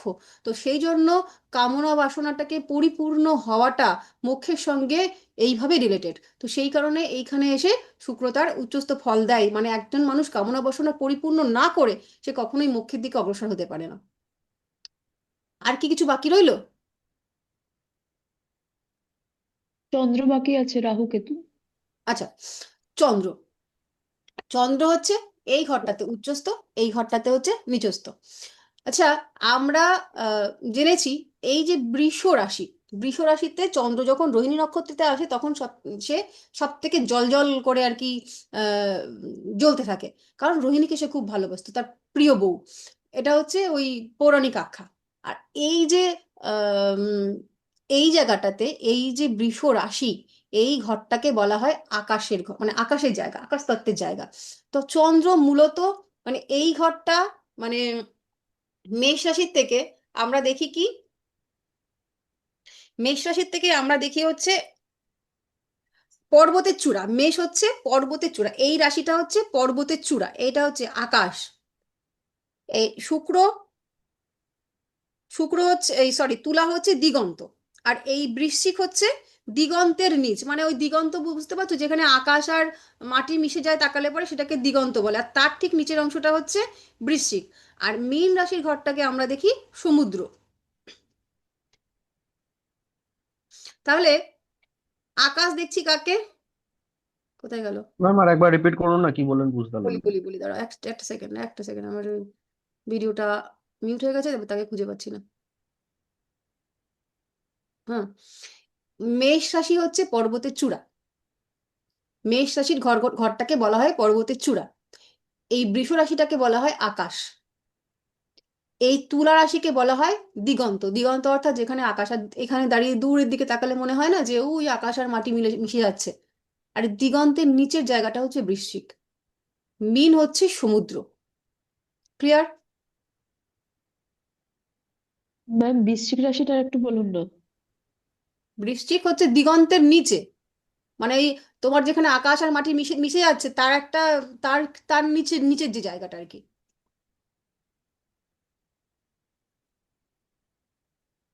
হুম, হয়েছে?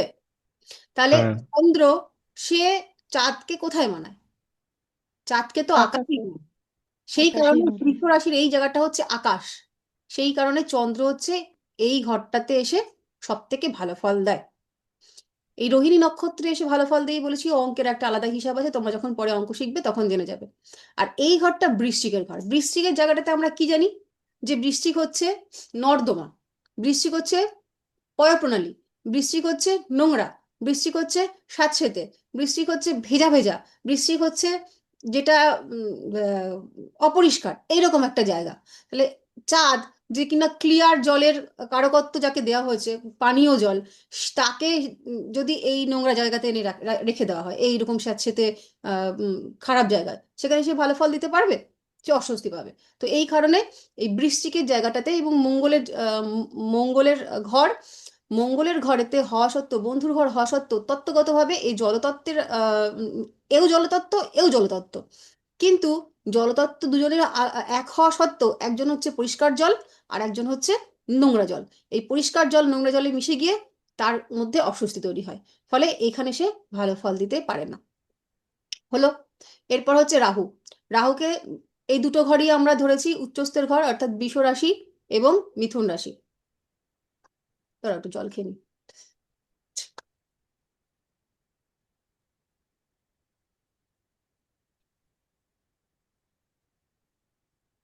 তো বৃষ রাশিটাকে আমরা একটু কাজের ক্ষেত্রে বৃষ রাশিটাকেই ধরে থাকি, মতান্তরে মিথুন আছে। তো বৃষ রাশির ঘরটা কি? আমাদের সেকেন্ড হাউস কোন কোন অঙ্গকে নির্দেশ করে? দেখি বলো, একজন বলো। মুখ, হুম, মুখমণ্ডল। মুখমণ্ডল। কপালের পর থেকে মুখটা ওর নিচ থেকে গলা। হ্যাঁ গলা পর্যন্ত। তাহলে আমরা যখন রাহুকে চিহ্নিতকরণ করেছি, ওই যে সর্বাণুকে যখন কেটে দেওয়া হলো, তার হুম, মুখটুকুকে আমরা রাহু বলি, এই পর্যন্ত ঠিক ঊর্ধ্বাংশটা। ঠিক। তো সেই ঊর্ধ্বাংশটা রিলেট করছে কি, এই দেখো সেকেন্ড হাউসের সঙ্গে। এটাও হচ্ছে মুখমণ্ডল, ওটাও মুখমণ্ডল। এই ঘর থেকে আমরা কি দেখি?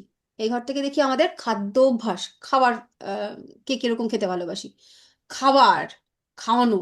আর রাহুও খেতে ভালোবাসে, সে তো অসুর। তার তো গলার থেকে শুধু যাচ্ছে আর যাচ্ছে, পেটে আর পৌঁছচ্ছে না, তাই তার তৃপ্তিও হচ্ছে না। সে সে শুধু খাই আর খাই আর খাই আর খাই, খেয়েই যায় কিন্তু পেট ভরে না। তো সেই খাওয়াটাও কিন্তু সেকেন্ড হাউস থেকেই রিলেট করছে। তো এই জন্য এই ঘরটাতে তাকে উচ্চস্থ ধরা হয়, কারণ তত্ত্বগতভাবে এই ঘরটার সাথে রাহুর মিল আছে এবং কারকত্বেরও মিল আছে। সেম ভাবে ম্যাম ম্যাম একটা প্রশ্ন আছে, বলো। বলবো? হ্যাঁ, হ্যাঁ বলছি যে রাহু তাহলে সেকেন্ড হাউসে থাকলে সে তার মুখটা কিরকম হবে? রাহু যদি সেকেন্ড হাউসে থাকে, সেটা সম্পর্ক তৈরি করে হচ্ছে, যদি বুধ এবং শুক্র থাকে তাহলে ফল ভালো দেয়, আদারওয়াইজ আর বাকি রাশিদের ক্ষেত্রে তার সম্পর্ক তৈরি হয়ে গেল কি মুখের সঙ্গে, তাই তো? আর কি হলো? তার কথা, মুখ আমরা এই ঘর থেকে বানিয়েও দেখি কেমন করে কথা বলে সে, কথার সঙ্গে। আর কি দেখবো? খাদ্য অভ্যাস। যাদের সেকেন্ড হাউসে রাহু আছে, প্রেডিকশন, তারা দেখবে খাবার খুব স্পিডে খায়। মানে যারা সেকেন্ড হাউসে বৃহস্পতি, যে তার আর যার সেকেন্ড সেকেন্ড হাউসে রাহু, দুজনে যদি খেতে বসিয়ে দাও, একজন দেখবে বেশ সুন্দর করে মেখে ঝুঁকে, বৃহস্পতির কথা বলছি, সুন্দর করে পরিপাটি করে মুখে দিয়ে মানে সে খেতে খেতে যেন ওই অমৃতের অনুভবটা, সেই যে খাওয়াই জীবনের সব, মানে এই খাওয়ার মধ্যে কত তৃপ্তি, তার চোখে মুখে পাবে। এটা হচ্ছে বৃহস্পতির খাওয়া। আর যদি রাহুকে দাও, এক থালা ভাত তাকে দিলে, ডাল নুন তেল যাই দিলে না খেতে, তার অত এদিক ডান বাই তাকানোর সময় নেই, গপ গপ গপ গপ করে তার মানে মোটামুটি আরেকজনের যদি 15 মিনিট খেতে লাগে, 3 মিনিটে খেয়ে শেষ করে দেবে। খুব স্পিডে খেতে পারে রাহু। আর হচ্ছে স্পাইসি ফুড, রাহু থাকলে তেল ঝাল মশলা মাংস এবং যা কিছু স্পাইসি আছে এই সব খাবারের দিকে তার ঝোঁক থাকে। আর কি? বাণী, মুখের কথা, প্রচন্ড স্ল্যাং ইউজ করে, মিথ্যে কথা বলে। মানে ওই যদি সেকেন্ড হাউসের উপরে কোনো রকম ভাবে কোনো শুভ গ্রহের প্রভাব না থাকে, বাড়িয়ে চুড়িয়ে কথা বলা, মানে বলে না যে উম, আহ, কথা যার পাকা হয় কাজে তার ঠন ঠন, এই কথাটা হচ্ছে এই দুজনে একসাথে বসলে কি হবে ম্যাম? হ্যাঁ, বৃহস্পতি আর রাহু বসে গেলে কি তাহলে হবে? খারাপ কারকত্বগুলোটা একটু কন্ট্রোলে হবে অবশ্যই। গুরুর সঙ্গে খারাপ স্টুডেন্টের সামনে যদি হেড স্যার বসে থাকে, তাহলে খারাপ স্টুডেন্ট কিরকম রিয়াক্ট করে, মানে যে বজ্জাত ছেলে, যে হচ্ছে ফ্যান ভাঙে স্কুলের বেঞ্চে উঠে, সেই ছেলে যদি তার সঙ্গে যদি হেডমাস্টার বসে থাকে, সে যেরকম ফল দেয় সেরকম ফল দেবে, তখন মার্জিত হয়ে যাবে। কিন্তু কোনো হ্যাঁ। আমারই আছে এই দুটো একসাথে, হ্যাঁ। মিথ্যে কথা, স্ল্যাং ফ্যাং। না এগুলো, তবে কি তুমি যখন রেগে যাবে, তুমি ধরো বৃহস্পতি তোমাকে কন্ট্রোলে রেখেছে, তুমি মিথ্যা কথা স্ল্যাং এগুলো তুমি বলবে না। কিন্তু যখন তুমি রেগে যাবে, তোমাকে যখন কেউ কাঠি করতে আসবে, তোমাকে যখন কেউ মানে শত্রুতা করতে আসবে, তখন আমার মাথা ঠিক থাকবে না। তখন কিন্তু তুমি কি বলছো, হয়তো তুমি স্ল্যাং ইউজ করলে না, কিন্তু তুমি এমন এমন কথা বলে দেবে যে উল্টো দিকের মানুষরা একদম পুরো জর্জরিত হয়ে না, যাবে। আমার ভেতরে সব কথা বেরিয়ে যায়, এটা মনে হয় এই কারণে হয়, হুম। চেপে রাখতে পারি না থাকতে কথা। পারে না, বৃহস্পতির তো গলা নাই, এই রাহুর তো গলা নেই। ফলে এরা মনের কথা, অনেকে আছে না যে বৃশ্চিক যাদের লগ্ন, বৃশ্চিক যাদের রাশি, হ্যাঁ হ্যাঁ তারা হচ্ছে হ্যাঁ হ্যাঁ জন্মালেও কথা বেরোয় না, এরা এত গোপনীয়তা প্রিয়। হ্যাঁ হ্যাঁ এদের যে ক্যারেক্টার, আর সেকেন্ড হাউসে যখন রাহু থাকে, এরা মনে মনে ভাবে কি, না থাক এখন বলবো না, না থাক এখন বলবো না। বলবো না, কিন্তু বেরিয়ে যাবেই মাঝে মধ্যে, এই না নিজেরটা সময় আসবে স্পেশালি। বলবো না, হ্যাঁ একদম, তখন মনে বলবো না, মানে ওকে কথা দিয়েই ঝাঁঝরা করে দেবো, উড়িয়ে দেবো কথা দিয়ে। না না, ওরকম না, মানে ইন্টারনাল কথা বেরিয়ে যায় অনেক সময়, ফাটাস করে বেরিয়ে গেল, তারপরে মনে হলো কি হ্যাঁ হ্যাঁ বললাম। হ্যাঁ হ্যাঁ, এটা হয়। এগুলো হয় এই যে এই খাবার। কথাটা আমি বলে দিলাম, এবার সবাই তো আমাকে খারাপ ভাববে, যে কেন রাহু খারাপ সেকেন্ড লাগবে? হাউসে আছে, এই কেন সমস্ত খারাপ লাগবে? হাবিজাবি কারকত্ব গুলো আমি পাবো, কিন্তু আমি বলে ফেললাম ফাটাস করে, তাতে ভাবলাম কোনো বলবো ব্যাপার না। নেই। তোমার তো বৃহস্পতি বসে আছে সঙ্গে না, বৃহস্পতি বসে থাকার জন্য তুমি বেঁচে গেছো আর কি। কিন্তু যদি বৃহস্পতি না বসতো, তাহলে কিন্তু যাদের শুধু বৃহস্পতি বসেনি, বা যাদের বুধের ঘর বা শুক্রের ঘর পায়নি রাহু, তাদের কিন্তু কথাবার্তা মানে তারা যদি মানে থাকে, বলে এখন কোথায় আছি, এই তো আমি কলকাতায় আছি, আছে হয়তো গিয়ে দিল্লি, এরকম বাড়িয়ে চুড়িয়ে কথা বলা, ওই যে কুমিরের পেটের মধ্যে গিয়ে বেগুন বাঁচার গল্প, তোমরা ছোটবেলায় পড়েছো কিনা জানি না। এই যে আহ, মানে অনেক বাড়িয়ে চুড়িয়ে কথা বলা, এগুলো রাহু দেয়। মিথ্যে কথা, গালি দেওয়া, তোমরা মোটামুটি জেনে নেবে যে সকল মানুষ কথার মধ্যে মানে 2 লাইন কথায় 4টে করে মাত্রা ব্যবহার করে, মানে ওইটা গালি, কিন্তু তারা বলে এটা আমাদের মাত্রা, এটা না দিয়ে ঠিক কথা আসে না। এই মাত্রা দেওয়া মানুষজনগুলো সব সেকেন্ড হাউসে তাদের রাহুর প্রভাব থাকবে। হয় রাহু বসবে, না হলে রাহু দৃষ্টি দেবে, কিছু না কিছু কানেকশন তারা করে বসে থাকবে, না হলে হয় না। আর খাবার, ম্যাডাম ফাইন্যান্সিয়াল চ্যালেঞ্জেস থাকে তো, হ্যাঁ ফাইন্যান্সিয়াল চ্যালেঞ্জেস দেখা যায় না অবশ্যই চ্যালেঞ্জ থাকবে, কারণ ওটা তো আয়ের ভাব, অবশ্যই থাকবে। হুম, যদি না সেকেন্ড লর্ড কোনো ভালো জায়গাতে সম্পর্ক তৈরি করে, তাহলে ওখানে কোনোভাবেই টাকা জমাতে পারে না। হ্যাঁ টাকা চলে যায়, বড় বড় খরচা দেয়, বড় বড় ইনকাম দেয়, ফাটকা ইনকাম দেয় জীবনে, আবার বড় বড় খরচাও দেয়। আচ্ছা, এটা গেল রাহু চলে গেছে। আর কেতু ঠিক এক্স্যাক্টলি উল্টোটা হবে। তোমরা জানো সবাই যে এই ঘরটায় কেতু, কেতুর যে স্বভাব, যে সে একা থাকতে ভালোবাসে, সে আহ, পরিষ্কার পরিচ্ছন্নতা চায় না, সে স্যাঁতসেঁতে, সে কুণ্ডলীকৃত। তো এই জায়গাটা বৃশ্চিকের ঘরটা এক্স্যাক্টলি দ্যাট। ফলে বৃশ্চিকের ঘরে সে শুভ মানে উচ্চস্থ, নিজের নিজের মতন করে আর কি সে ফল দিতে পারে। আর এই ঘরটাতে সে ঠিক তার উল্টো কারণে এই ঘরটাতে সে নিচস্থ হয়ে যায়। এই গেল উচ্চস্থ আর নিচস্থর ফল।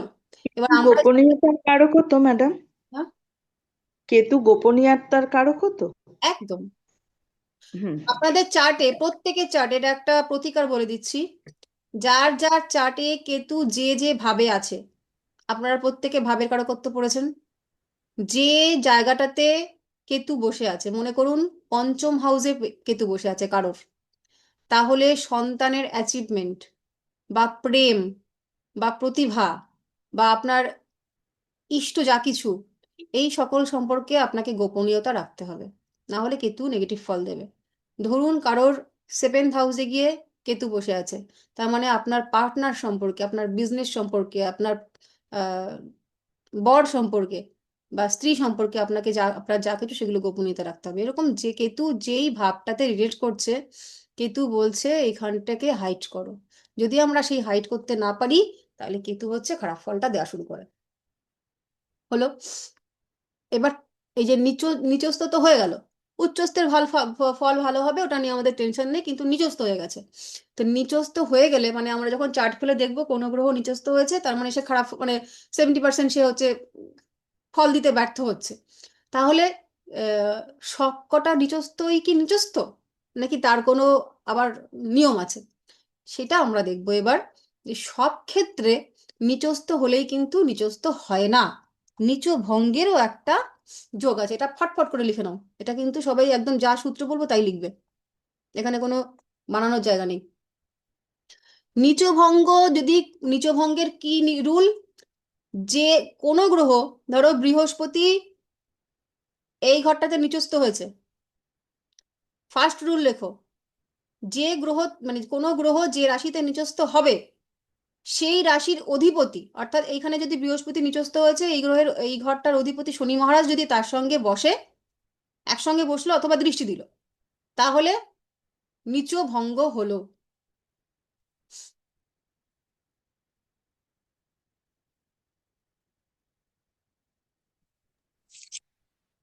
ম্যাম আর একবার বলবেন? হ্যাঁ, কোনো গ্রহ যে রাশিতে বসছে সেই রাশির অধিপতি যদি তার সঙ্গে বসে বা দৃষ্টি দেয়, তাহলে নিচভঙ্গ হবে।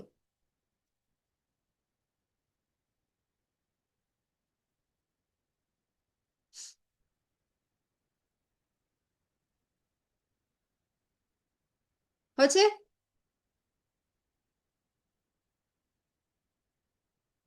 নিজভঙ্গ হলে কত পার্সেন্ট রেজাল্ট দেখতে পাবো? ঠিক আছে। নিজভঙ্গ হলে কত পার্সেন্ট রেজাল্ট দেখতে পাবো?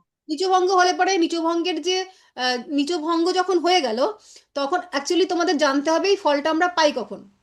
সব দিনই তো পাই না, পাই হচ্ছে দশা অন্তর্দশায়। তো যখনই এর দশা অন্তর্দশা আসবে, তখনই নিচভঙ্গ হয়ে গেলে সে উচ্চস্থের ফল দেয়। নিচভঙ্গ হয়ে যাওয়া গ্রহ দশা অন্তর্দশায় উচ্চস্থের ফল দেয়। ঠিক আছে।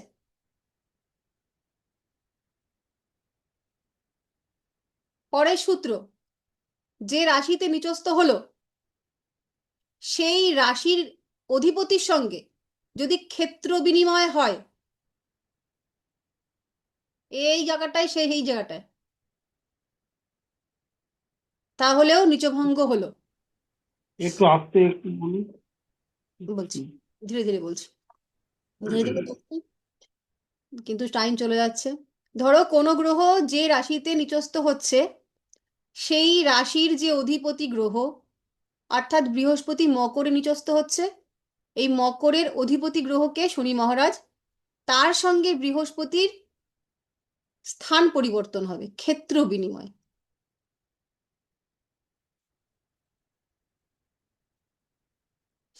তাহলেও নিচভঙ্গ হবে।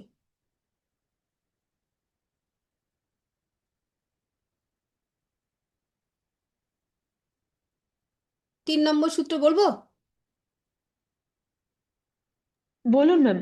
হুম, 3 নম্বর সূত্র, ধরো এখানে এসে বৃহস্পতি নিচস্থ হচ্ছে, কিন্তু এখানে যে উচ্চস্থ হয়, অর্থাৎ মঙ্গল এখানে উচ্চস্থ হয়, সে যদি সহাবস্থান করে তাহলে নিচভঙ্গ হয়। কিভাবে লিখবো এটা? ওটাই লেখো, যে কোনো গ্রহ যে রাশিতে নিচস্থ হচ্ছে সেই রাশিতে যে গ্রহ উচ্চস্থ হয় তার সঙ্গে সহাবস্থান নিচভঙ্গতা দেয়।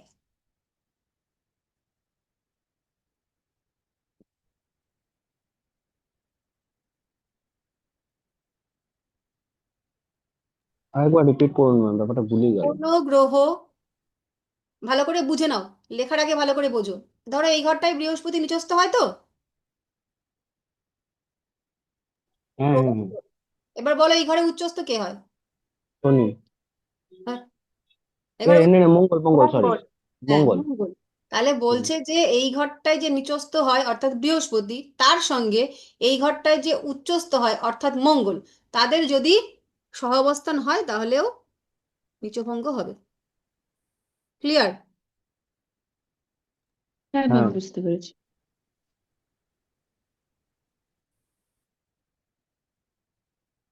এই একসঙ্গে থাকবে।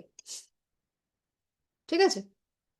এবার ধরো এই ঘরটায় যে নিচস্থ হচ্ছে, অর্থাৎ এই ঘরটা নিচস্থ হচ্ছে জুপিটার, আর এই ঘরটায় উচ্চস্থ হচ্ছে কে?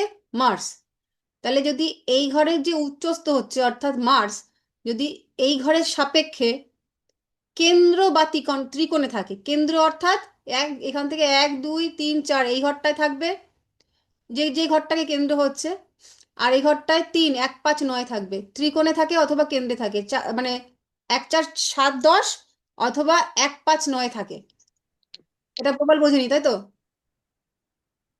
আগে লিখে নাও যে আমি যে কোনো গ্রহ যে রাশিতে নিচস্থ হচ্ছে, সেই রাশিতে যে গ্রহ উচ্চস্থ হয়, সেই গ্রহ কি দেখাচ্ছে বাবা, হচ্ছে না। এই রাশি সাপেক্ষে যদি কেন্দ্রে অর্থাৎ 1, 5, 9, এই সরি, ত্রিকোণে অর্থাৎ 1, 5, 9 আর কেন্দ্রে অর্থাৎ 1, 4, 7, 10-এ অবস্থান করে, তাহলে নিচভঙ্গ হয়। ম্যাম এক সেকেন্ড, একটা কথা শুধু বলছি আমি, হ্যাঁ, একটু কনসেপ্টটা বুঝতে অসুবিধা হয়েছিল বলে। ধরুন কোনো গ্রহ কোনো রাশিতে নিচস্থ হলো, সেই রাশিতে যেই গ্রহ উচ্চস্থ হবে, সেই গ্রহ সাপেক্ষে এই গ্রহটা কেন্দ্রে বা ত্রিকোণে থাকবে, না ওই গ্রহটা থাকবে? উচ্চস্থ গ্রহটা এই থাকবে দেখো, না নিচস্থটা এখানটাতে থাকবে? বুঝাই, এখানটায় কে হলো, এইখানটা নিচস্থ কে হচ্ছে? শুক্র, তাই তো? হ্যাঁ হ্যাঁ হ্যাঁ, এখানে শুক্র নিচস্থ হয়েছে, তাহলে এখানটা উচ্চস্থ কে হয়? বুধ হয়। বুধ হয়। সেই বুধকে এইখান থেকে ট্রাইনে থাকতে হবে, অর্থাৎ এখান থেকে বুধেই 1, থাকতে হবে। 2, 3, 4, 5 এখানটা যদি থাকে, এই ঘরটায় ধরো বুধ থাকলো, হুম, বা 9, অর্থাৎ এইখান থেকে 5, 6, 7, 8, 9 এই ঘরটায় বুধ থাকলো, তাহলে নিচভঙ্গ হলো। বুঝতে পারলাম? এবার বুঝেছো? হ্যাঁ ম্যাম, রাশিটার সাপেক্ষে থাকতে হবে, প্ল্যানেটটার সাপেক্ষেও থাকতে হবে, ব্যাপারটা একই হচ্ছে।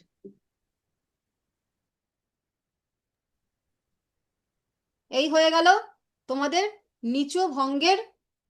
ও, আর একটা লেখো, ধরো কোনো লগ্ন চার্টে কোনো গ্রহ নিচস্থ হয়ে গেছে, কিন্তু নবাংশেতে গিয়ে সে উচ্চস্থ হয়েছে,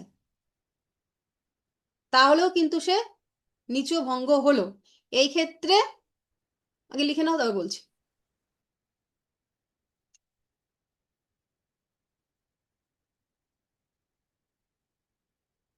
কোনো গ্রহ লগ্ন চার্টে নিচস্থ হলো, কিন্তু নবাংশে গিয়ে উচ্চস্থ হয়ে গেছে, তাহলে নিচভঙ্গ হলো। যাদের এরকম হয়, তাদের জীবনের প্রথমার্ধে আহ নিচস্থের ফল পাওয়া যায়, আর শেষার্ধে উচ্চস্থের ফল। মানে এদের জীবনে কখনো কখনো নিচস্থের ফল সে পায়, আবার কখনো কখনো উচ্চস্থের ফল পায়। তবে মূলত নিচভঙ্গ যখনই দশা অন্তর্দশা আসবে, এবং যদি এরকম হয় যে লগ্ন চার্টে নিচস্থ আছে কিন্তু নবাংশ চার্টে গিয়ে উচ্চস্থ হয়ে গেছে, তখন কিন্তু দশা অন্তর্দশায় উচ্চস্থের ফলই দেবে। ক্লিয়ার? কারো কোনো প্রশ্ন আছে?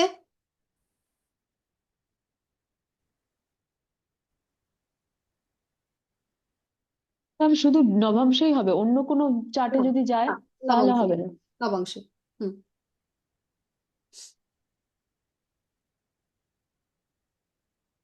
হয়েছে? ক্লিয়ার হয়েছে? তাহলে প্রথমে হ্যাঁ আমরা চার্ট খুলে দেখব যে কোন কোন গ্রহ নিচস্থ হয়েছে না উচ্চস্থ হয়েছে, সেটা আমরা আগে মার্ক করে নেব। এবার নিচস্থ হলেই দুম করে বলে দেবো না যে হ্যাঁ নিচস্থ মানে এই গ্রহটা খারাপ ফল দিচ্ছে, দেখে নিতে হবে নিচু ভঙ্গও হয়েছে কিনা। যদি নিচু ভঙ্গ হয় তাহলে কিন্তু ওটা উচ্চস্থের ফল দেবে। ঠিক আছে? ম্যাম একটা প্রশ্ন আছে ম্যাম। হুম, বলছি ধরুন মেষ রাশিতে শনি নিচস্থ হচ্ছে দ্বাদশ ঘরে, কিন্তু ওখানে তো মঙ্গল উচ্চস্থ হয়। দাঁড়াও দাঁড়াও সেক্ষেত্রে দাঁড়াও যে দাঁড়াও, কনসেপ্ট কনসেপ্ট ক্লিয়ার করো। হুম, লগ্ন বলো আগে, কোন লগ্ন সাপেক্ষে জিজ্ঞেস করছে বলো। বৃষ লগ্ন সাপেক্ষে মেষ রাশিতে শনি নিচস্থ হচ্ছে, হুম, কিন্তু মেষ রাশিতে মঙ্গল হচ্ছে উচ্চস্থ হয়।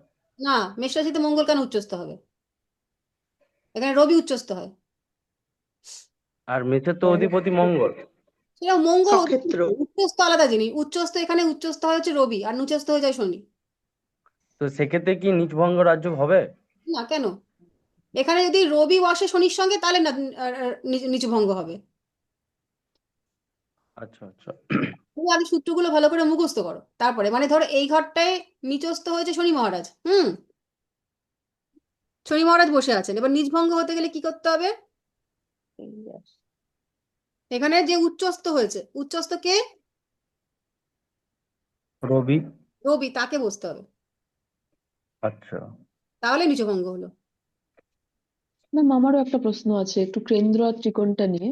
হুম, বলছি ধরুন 10 নম্বর ঘরে গিয়ে মঙ্গল নিচস্থ হয়, মানে উচ্চস্থ হয়, কিন্তু হয়তো এমন একটা প্ল্যানেট বসেছে নিচস্থ হয়ে গেল কোনো কারণে, বা কোনো একটা প্ল্যানেট নিচস্থ হলো। এটা বলতে হবে, এবার তোমাকে কোনো 10 নম্বর ঘর ঠর দিয়ে বললাম না, তুমি এক্স্যাক্টলি আচ্ছা, আমি তোমার ডাইরেক্ট ক্লিয়ার করো, কালপুরুষ বলবো। আচ্ছা, ক্লিয়ার ধরুন ক্লিয়ার মকর রাশিতে মঙ্গল সরি, বৃহস্পতি গিয়ে নিচস্থ হলো, ঠিক আছে? কি এইবার কি দাঁড়াও, মকর রাশিতে দাঁড়াও 1 সেকেন্ড, এখানটায় লিখলাম নিচস্থ। জুপিটার, পরে জুপিটার। এইবার হচ্ছে গিয়ে, এবার যদি মার্স গিয়ে 7th হাউসে বসে থাকে তাহলে তো কেন্দ্রে হয়ে গেল, তাহলে কি নিচভঙ্গ হয়ে গেল? হলো। এটাই একটু কনফিউজড হচ্ছিলাম। এটা ঠিক এটা আছে ম্যাম। যদি 7th হাউসে বসলে পরে আরো একটা সূত্র তুমি পেয়ে গেলে, যে প্রথমে যেটা বলেছিলাম যে এই ঘরের যে উচ্চস্থ তার দৃষ্টিও তো পাচ্ছে, এই ঘর থেকে সরাসরি দৃষ্টি দিচ্ছে। আচ্ছা, এই হ্যাঁ, ঘরের যে উচ্চস্থ হবে মঙ্গল, তাকে ট্রাইনে রাখতে পারো, অর্থাৎ অথবা কেন্দ্র অথবা কোণে, মানে 1, 5, 9 থাকুক, কিংবা 1, 4, 7, 10-এ থাকুক, তাহলেই এর নিচভঙ্গ হয়ে যাবে। ঠিক আছে ম্যাম, হুম থ্যাংক ইউ। হুম। আর কারোর কোনো প্রশ্ন আছে?